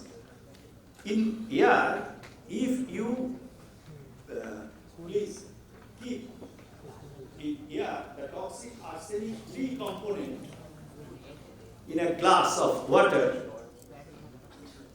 and keep it open for say 1 day, and you consume it next day, it will not be toxic. But within your body, this +5 state, it will be really oxidized to +5 state. Arsenic +3 state is not very stable. The chemistry people know these things. But when it is consumed in your body, it is automatically, like by glutathione, it automatically transferred to +3 state. Glutathione oxidized, fall. And that thing is highly toxic. That affects the thiol of DNA damage. And with DNA damage, now biochemistry people, the man from biochemistry is still here, sir. So, you know that your body will be direct, ultimately. So, this way, if you study one very simple thing of your liking in science, हमको ये अच्छा पसंद हुआ, तो हम थोड़ा ज़्यादा study करना चाहते हैं. It is quite obvious. You study it. If you love it, go through it, then you will be addicted with that. And ultimately you must get success in life, and that will help the society and the country as well as the whole world. Thank you very much.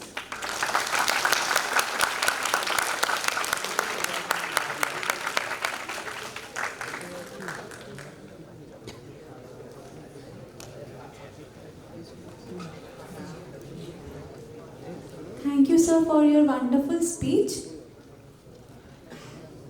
Let's take a short break and recharge ourselves with some refreshments, and you can also connect with your fellow participants and speakers. kindly proceed to the exit doors at the front of the hall for the refreshments. We will again assemble here at 3:50 p.m. sharp. Thank you. Everyone, please take your seats. We are starting our second session. Welcome back, esteemed guests, students, faculty. Let's resume our program. Okay, students, get ready to put your scientific knowledge to the test. Our IACS research scholars, Oshia and Shomo, have prepared an exciting quiz contest for you. I request the quiz team to take over the dais, and best of luck to the participants.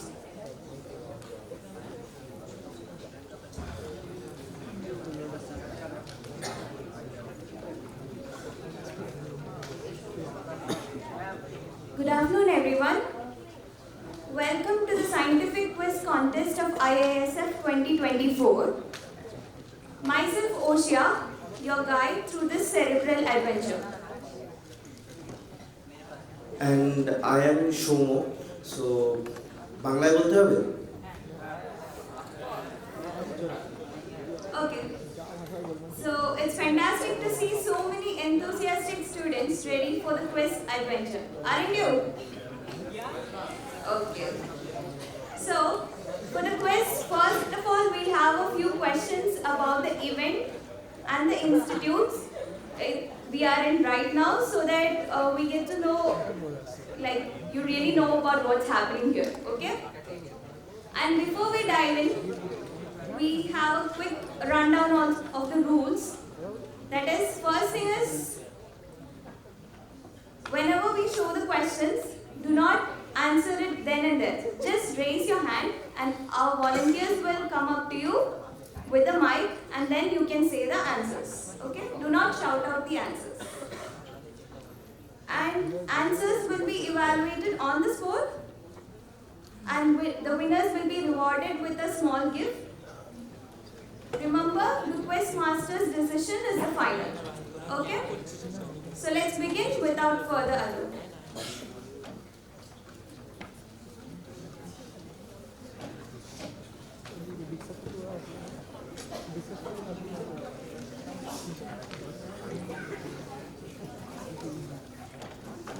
So our first question is, what is the theme of ISF 2024?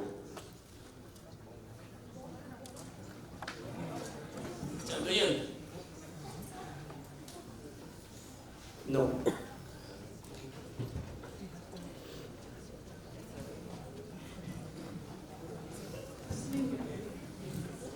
Transforming India into science and technology driven global hub. Yes. Yes, you're right.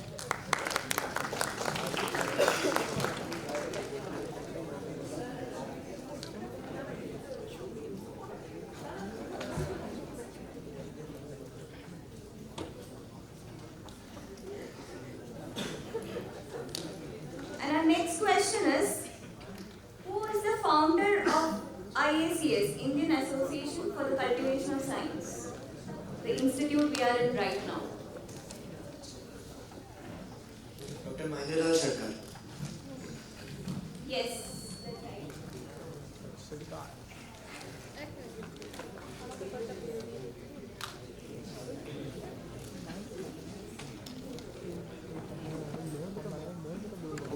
So now moving on to the next question.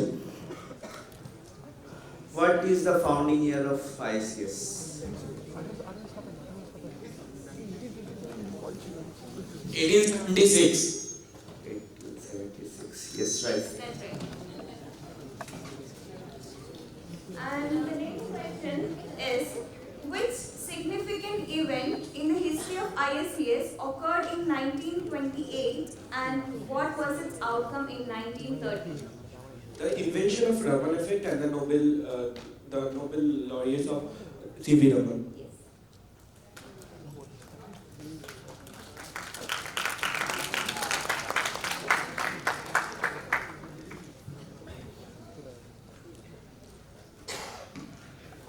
So now let's move on to the real part. I was an ancient Greek mathematician and inventor, famous for discovering the principle of buoyancy while taking a bath I shouted Eureka. Archimedes. Yes.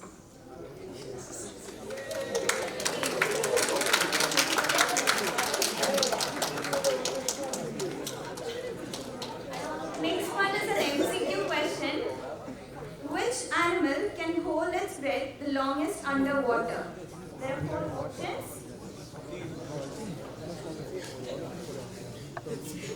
Dolphin. Actually, for MCQ questions, the first answer will be taken as the last answer. Okay? So the answer is sperm whale.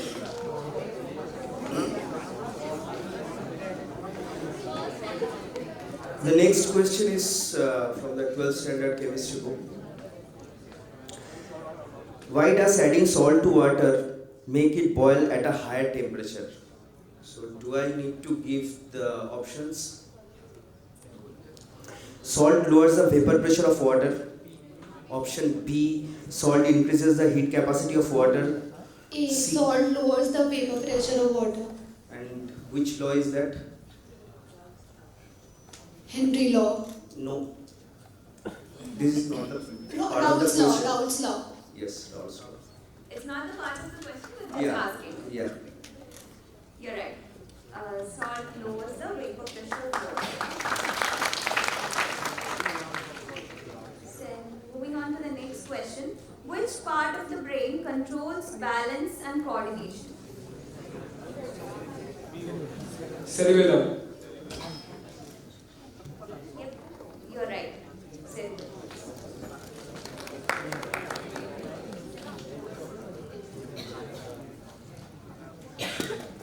Moving on to the next question.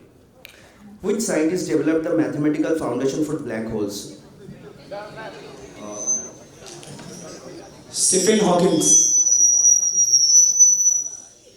Wrong. Remember, for MCQ questions, there's only one chance, okay? That is actually Schwarzschild. You know, for black hole, the radius is called that Schwarzschild radius.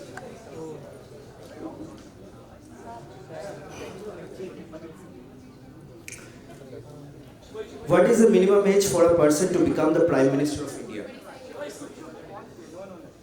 25 years. Yeah, right.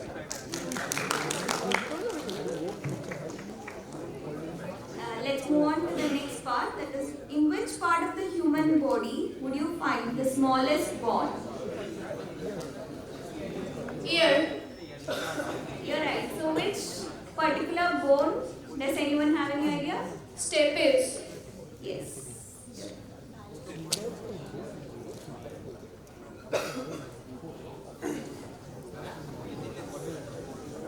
Three hands.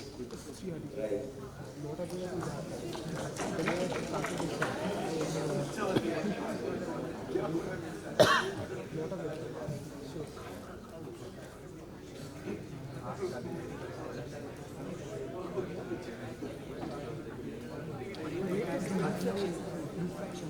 Why do stars appear to twinkle when viewed from Earth? Due to refractive index, What? the atmosphere and other, due to the air. Yeah, atmospheric refractive index.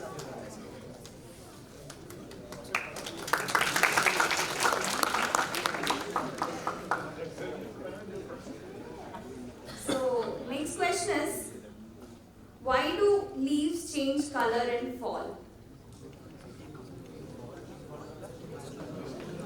Because of the ethene hormone. Huh? Ethene hormone.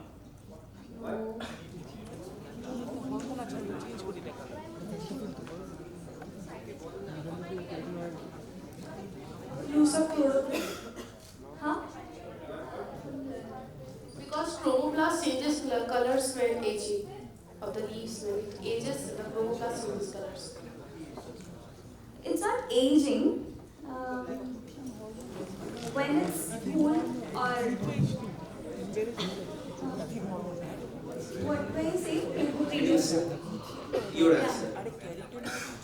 Losing of chlorophyll. Yeah, that's in one way you can say. Yeah, it's a breakdown of chlorophyll actually. When it's winter cold time, the production of chlorophyll decreases. And instead, some other pigments are produced more, which causes yellow and reddish color. So you can see it as chlorophyll breaks down. This is also from class 9 standard.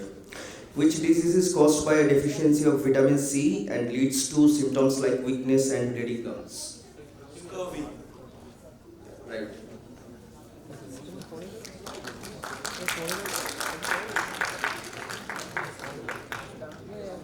So, what is the name of the biography of famous mathematician John Nash?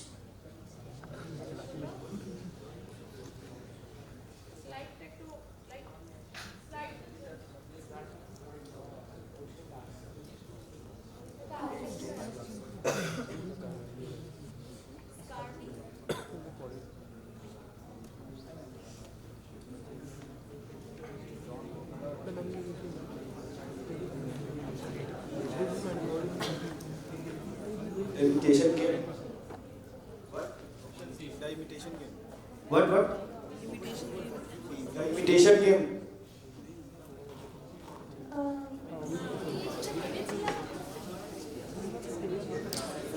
Did you know that he had schizophrenia and he could see 2-3 people they didn't exist at that time also?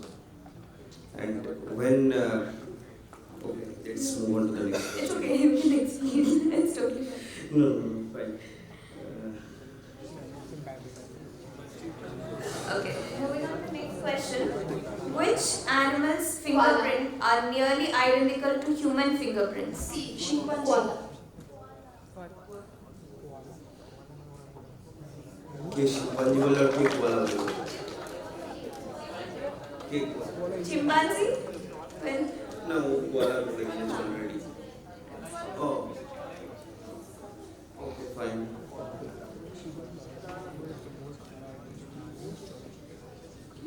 so next question. what is the world's largest living structure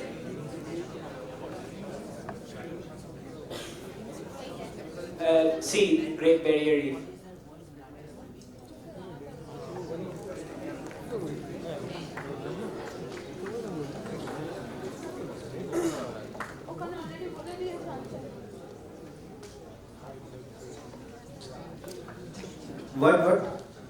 What was the answer?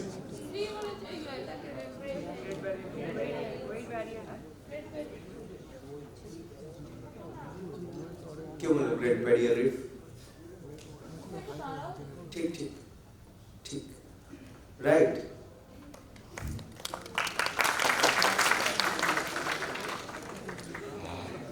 Which animal has the highest blood pressure?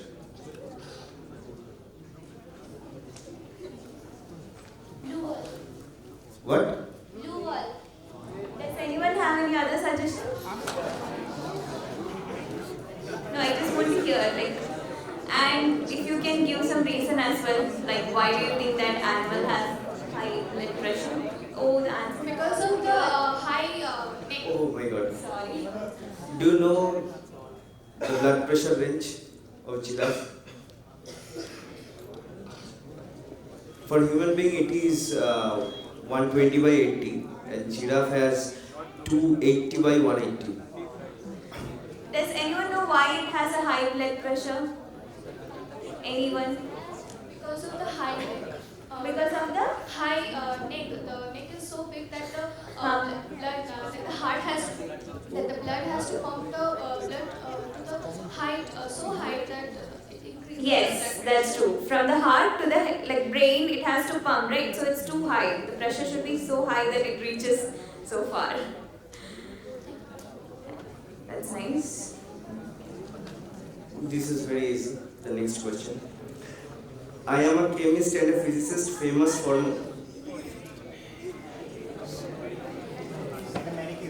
Madam Manicure. Yeah.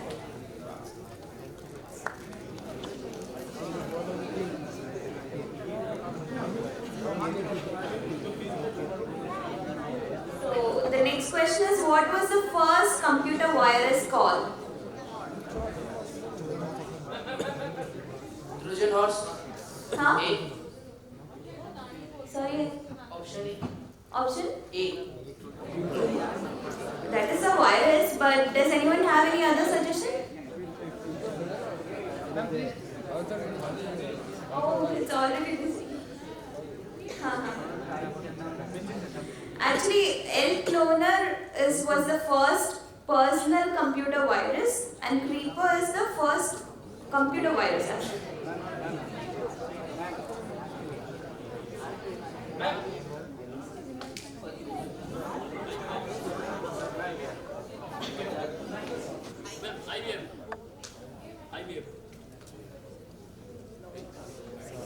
আর বলে লাভ নেই।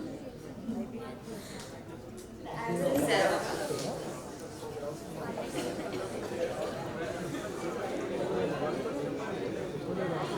Which shape has the maximum area for a given perimeter? Simple class 11 physics. Surface tension. Circle. Yes. Circle, yeah.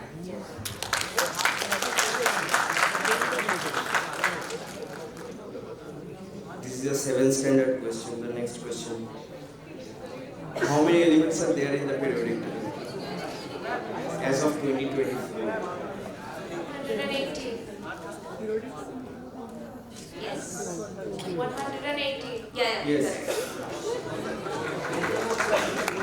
And now the next question is, which of the following following can vibrate at a rate that can produce music?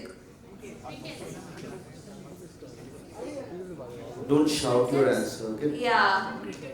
Crickets. Yeah.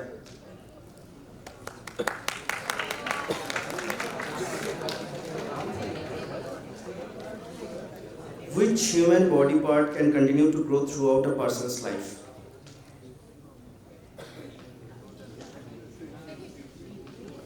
Option C. Nose and ears. Yeah, right.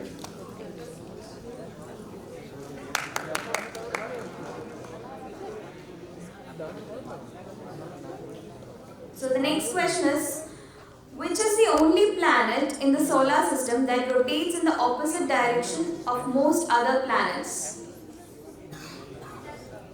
Uranus. Any There other are actually suggestion? 8 planets. Arjun Atta planet এর নাম বলতে হবে। Venus. Yes. Yes. Correct.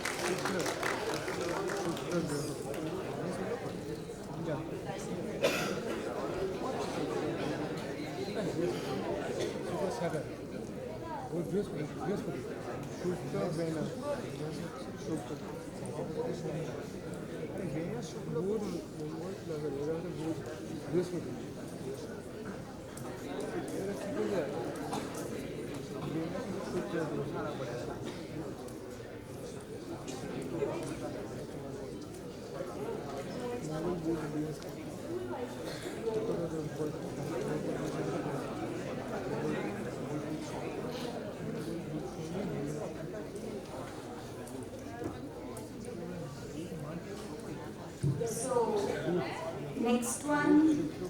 We'll go for the next one. Are you guys still interested? Okay.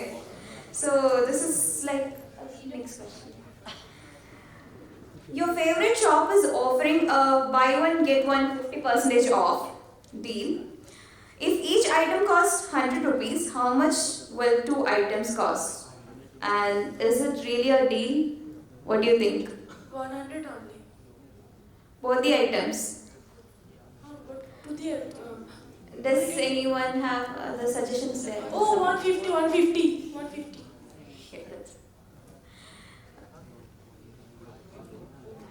Yeah. So it costs, like, we can see it everywhere, right? So you should know what's happening. It's 150 rupees. It's a good deal. How many players are there in a basketball team?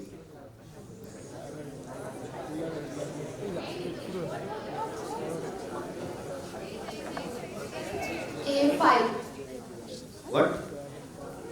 A5. Yes. Yeah.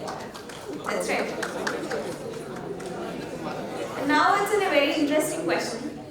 this question somehow, I don't know.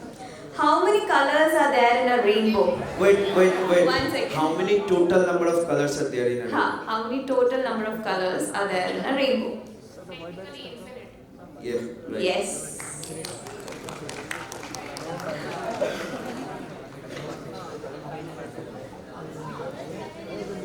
And The ancient Greek philosopher Democritus coined the word atomos to describe the smallest possible unit of matter. What does the word atomos mean? atom. Any other suggestion? Atom is kind of right. Huh? Paramanu? Atom, Paramanu is same. Actually, Huh? Yes. it is Dalton, I think, who said that atoms are indivisible. But the word was coined by Democritus, Yes. and it has a meaning indivisible.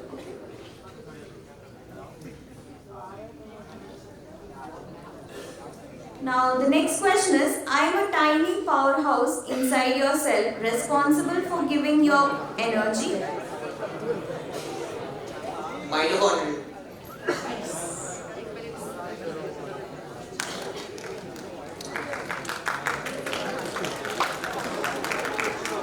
This is a very interesting question, the next question. I am the largest organ in your body and I protect you from the outside world. Without me, you'll be pretty exposed. What am I? Skin. Yes.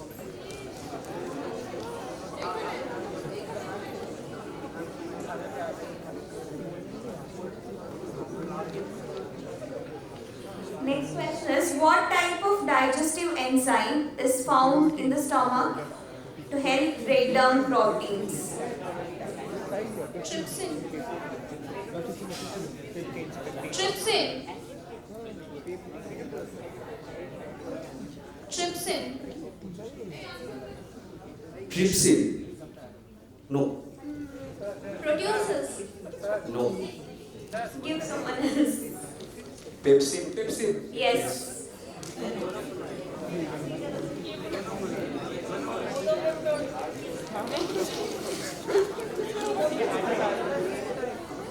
So the next question is, what makes Nepal's flag unique compared to all other national flags in the world?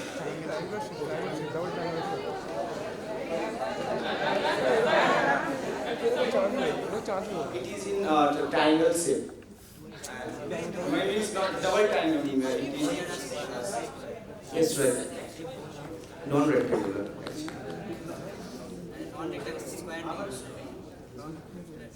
Which disease is known as the silent killer because it often has no symptoms but can lead to heart attack and stroke? Diabetes. Huh? Diabetes.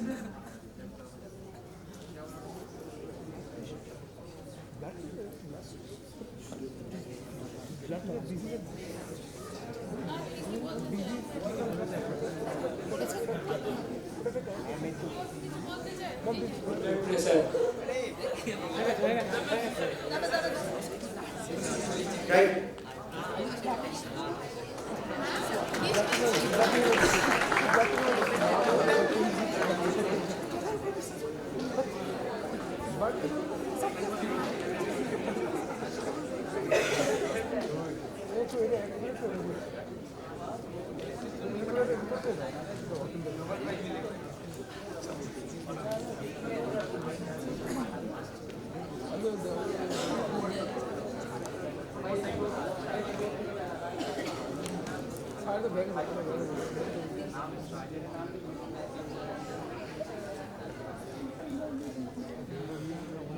This is not a science question, okay? So I'm going to ask. The question is over here.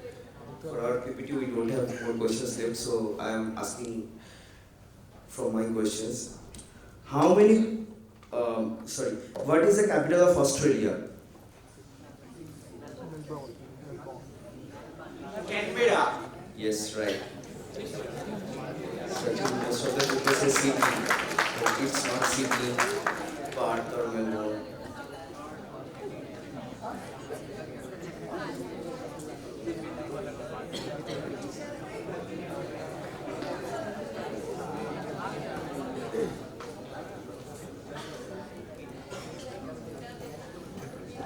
Okay, so I'll get you another question. Which gas is responsible for a characteristic smell of rotten eggs?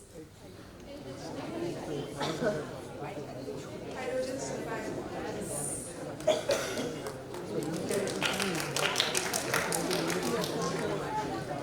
The next question is from history. Who was the first president of United States?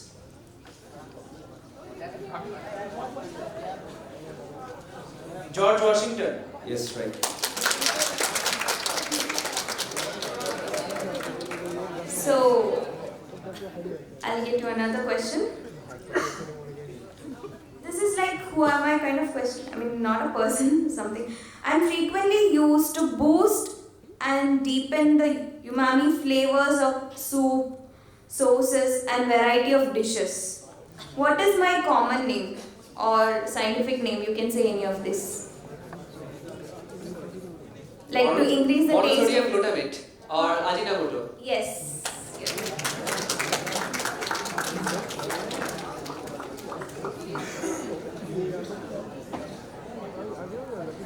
The next question is how many stars are there on the flag of the United States?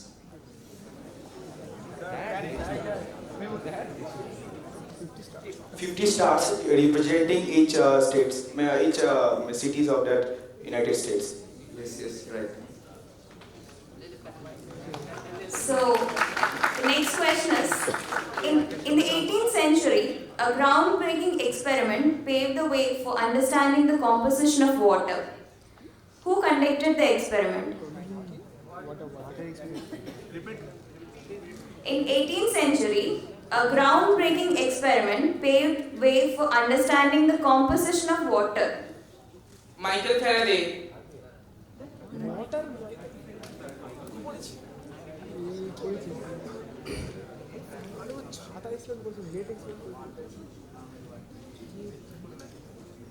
Anyone else?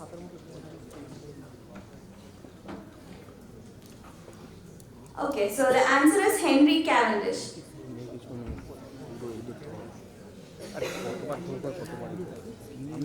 So we have the last question.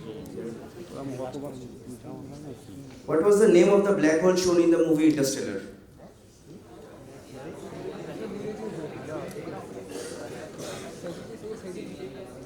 What? No.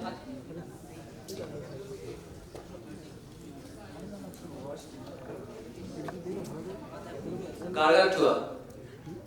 What? I think my pronunciation might be a bit different. Gargantua. Gargantua. Huh. The movie directed by? Christopher Nolan. Yes.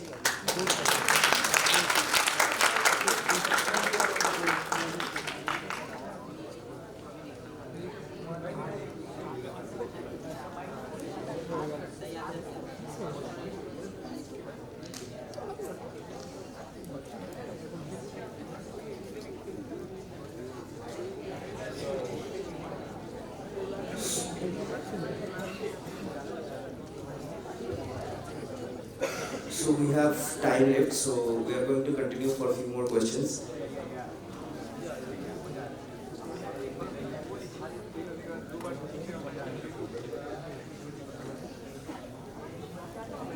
Okay, I'll ask you another question. Ever wondered why spinning around for a while and suddenly coming to stop, you still experience a sense of rotation? What is this peculiar phenomena called? And why does it happen? Vestibular after effect. Yes. It's vestibular after effect. You feel like you are still spinning, right?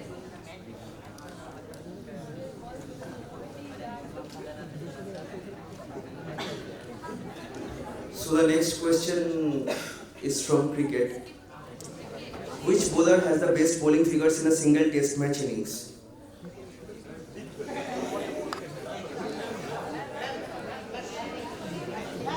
Shane Warne? No. No. Ma'am Ajit Kumble Anil Kumble sorry Anil Kumble No, actually he has the second best figure in test match.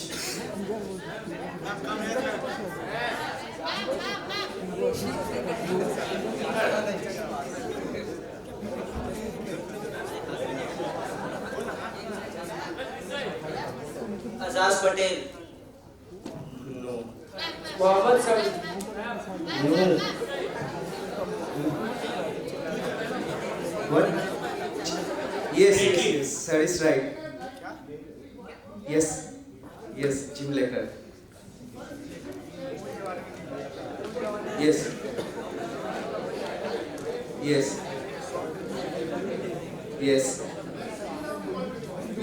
Well record. Actually, Anil Kumble took 10 wickets for 73 runs, and Jim Lecker took 10 wickets for 54 runs in a single test match innings.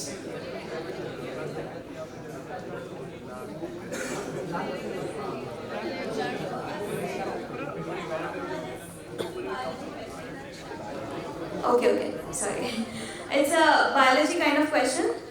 A cell is a bit of protoplasm, right? Surrounded by a membrane with a distinct nucleus. RBC lacks nucleus. Still, we call it as red blood cells. Why is it so?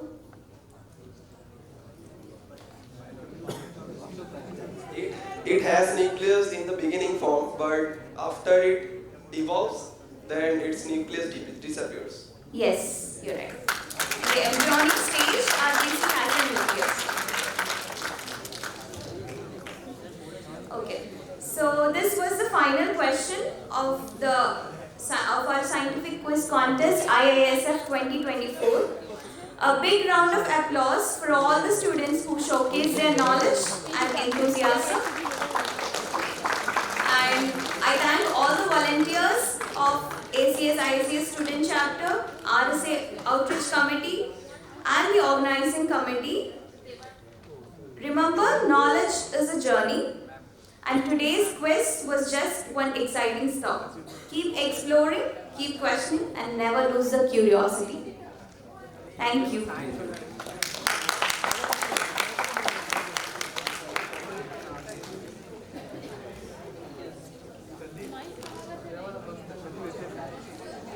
Thanks to our fantastic quiz team, Oshia and Shoumo, for their efforts in organizing this engaging contest, and thank you to all the students for your active participation. Now, it is my pleasure to invite our Registrar Ma'am to the stage to share valuable insights on IACS deemed university status and opportunities for students interested in basic sciences.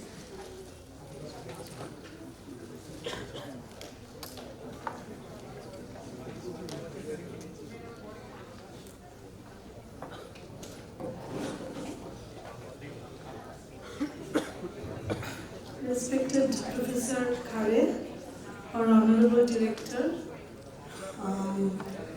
all my dear students, colleagues, and the teachers.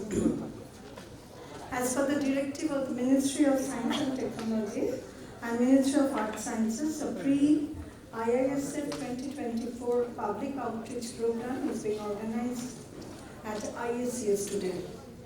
The pre-IASF public outreach program is a curtain raiser of the IASF 2024. The basic objective of this pre-IASF program is to cultivate scientific thoughts and research minds amongst our young school students. In that perspective, IACS has organized today's public outreach program. The management committee of IACS, with the active and enthusiastic leadership of Mr. Probin Manna, Executive Secretary of the Management Committee, under the able guidance of our Director, Professor Arindam Banerjee, and Dr. K.T. Mallikarjun Rao. Our IACS organized this program with widespread participation of the IACS scientists, faculty members, and administrative staff and students. The research scholars of IACS have taken an active part in this program to make it a successful one. The program structure was drafted in such a fashion that the budding school minds could be absorbed with interest of the whole day. Established in 1876 by the great philanthropist, visionary, physical doctor, our founder, Dr. Mahendralal Sarkar, the object of the association in English language is to enable natives of India to learn and cultivate science in all its departments with a view to its advancement by original research and with a view to its varied application to the art and comforts of life. In marching through its 149 years of excellence in science cultivation, both in research and teaching, IACS has been blessed with legendary teachers and science leaders in its teaching journey since the beginning. Father Lafon, Sir J.C. Bose, Ashutosh Mukherjee, and others used to deliver evening lectures in the early days of IACS. To add to its credit, IACS has 1 Nobel laureate, 2 Bharat Ratna, 9 FRS, 2 Padma Vibhushan, 2 Padma Bhushan, 3 Padma Shri, 1 Humboldt Award, 4 TWAS prizes, 5 Fellows of the Academy of Science, more than 20 Bhatnagar Prize, more than 30 FNS, more than 60 FASCs, more than 10 J.C. Bose National Fellows, and more than 6 Shona Jayanti Fellows. IACS has a present sanctioned faculty strength of 101, with number of administrative and technical staff about 262. Number of project fellows we have 308, number of institute fellows 186, and number of students 450, making the existing teacher-student ratio at 1:4.5. In recognition to its sustained performance and continued excellence, IACS has become a de novo deemed university in 2018. As IACS approaches towards its 150th anniversary celebration, IACS dreams to build its second campus at Baripur in the name of Dr. Shyama Prasad Mukherjee, who made invaluable contribution during a crisis time in IACS in 1930s. IACS envisages to have a teacher-student ratio of 1:10 in the coming days. May I now briefly touch upon why IACS is so special to the science quest of young minds of today. The mandate of IACS has been to develop scientific pursuit in the country and produce a pool of highly talented science personnel. Traditionally, the activity has been confined by and large to PhD training only, while of late IACS has felt that it has gathered all the capabilities to pass on its expertise to the lower and wider strata of the intellectual pyramid of the country, and this can be achieved only through the university curriculum. IACS feels that catching the bright minds, young, and groom them to become internationally competitive science researchers would be a great service to the nation and science in India as a whole. And clearly, training students in science starting from just after 12th standard is the best way to do so in this regard. As we know, there is a big pool of brilliant young minds in the eastern and northeastern India, but a large part of it probably does not reach their full potential due to the unavailability of sophisticated instruments and state-of-the-art facility in the vicinity and the physical distance from greatest such centers of the country. IACS mans to fill up this gap and offer opportunities like UGC-DA consortia to many researchers all over the world, but in its own unique way, and other research-based designer course. IACS has now the right experience in successfully running the BSMS, the integrated MS-PhD, and the PhD courses in all the basic disciplinary of sciences, and we would like to have its efforts recognized for imparting research-based modern science education. The present placement and academic pursuits of the IACS graduates speak about the success of this young university coming into being in 2018. Why IACS is a de novo research university? It would be a detriment if an institution of the stature of IACS looks for setting up just another second university. The goal of us is to set up a singular academic center which will have functional autonomy to offer unique opportunities to aspiring young students. Therefore, IACS has been endowed the stature of a de novo deemed to be university by the UGC. Given the modern research-related infrastructure in terms of the state-of-the-art equipment, computational facilities, we have a Cray computer, availability of a great number of research journals by a highly sought-after library, it is only justified that IACS tries to offer courses, training beyond the standard university boundaries we know in the country. Senior academics of IACS naturally have a significant knowledge and experience to share with the young minds. And through our university curricula and possibility of extended stay of academicians as teachers, help utilizing their wealth of knowledge to the best for the nation. The spectacular and exceptional features of our specially designed curricula are multidisciplinary field of study, extensive field and lab work experience, linked to industry through industry-based projects, purpose-built facilities, adopting practical strategies into a wide range of curricula, experience, innovative teaching practices through insightful course contents, enriched classroom and laboratories with latest educational tools, facilities and practices. The students learn and self-respect while being a student of IACS. The students gain strong mental support and peer review mechanism. The students have 1 full year on the topic of their major in addition to essential core courses in a subject of their choice. They take part in teaching and projects while taking the curriculum, cross-discipline and cross-institutional study. The courses are fully aligned with the NEP of the government. If a student is from another university, he or she may be permitted to undertake cross-institutional study in 1 or more major areas of study here at IACS. Apart from the academic aspects, IACS has a unique ambience with a large green campus you must have seen while entering, a water body, a playground, with all the modern amenities and a safe and congenial atmosphere.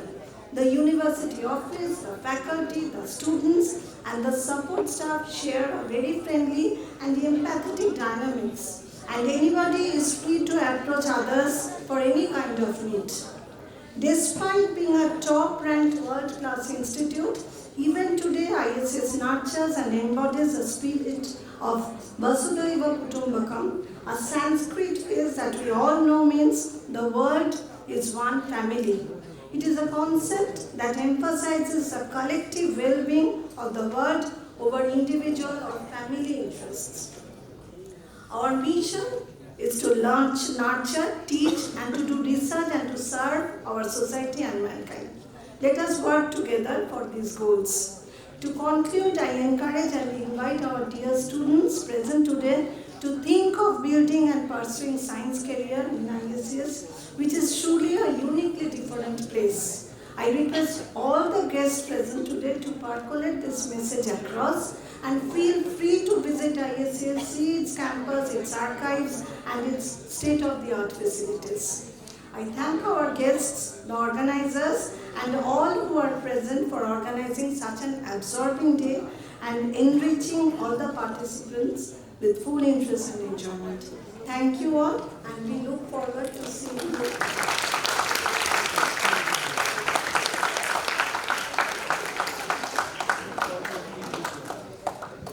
Thank you, Registrar Ma'am, for showcasing IACS potential in nurturing young scientists. Now I would request Assistant Professor K.D.M. Rao to kindly come on stage and deliver the vote of thanks. And after vote of thanks, we will have our photo session.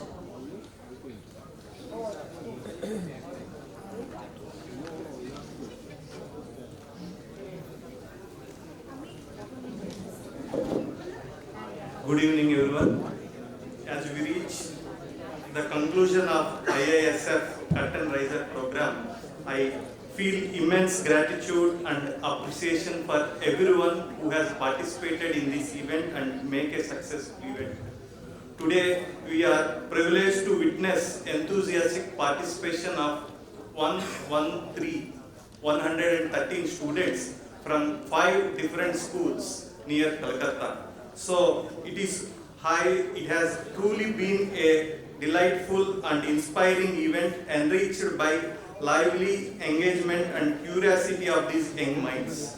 First and foremost, I extend my heartfelt thanks to the school administrations and the students for their interest and commitment to this program. Your participation has been the foundation of this event's success. And then I would like to express my sincere gratitude to our director, Professor Arindam Banerjee, for his unwavering support and encouragement in organizing this event.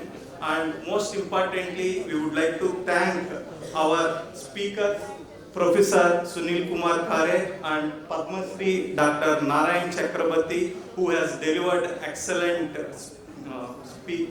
speeches. And I am deeply thankful to Registrar Madam, IACS, Srimati Sarbani Saha, whose guidance and dedication have been backbone of this event. Her encouragement has been instrumental in driving this program.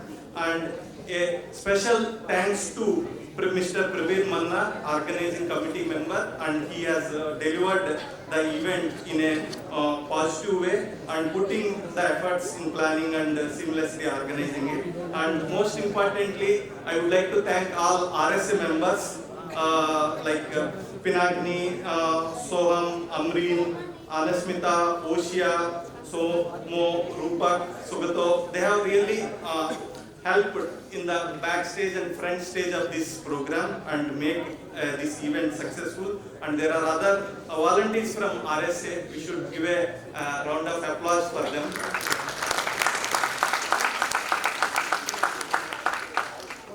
And we are also grateful for Vibha for their valuable support. And finally, I thank everyone who participated and contributed for this event.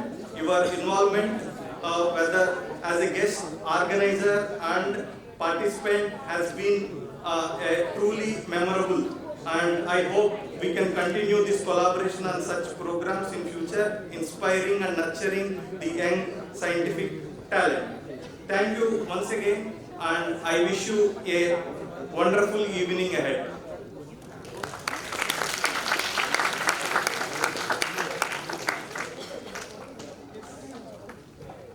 Thank you, sir. I would request everyone to head outside to the lawn for our photo session.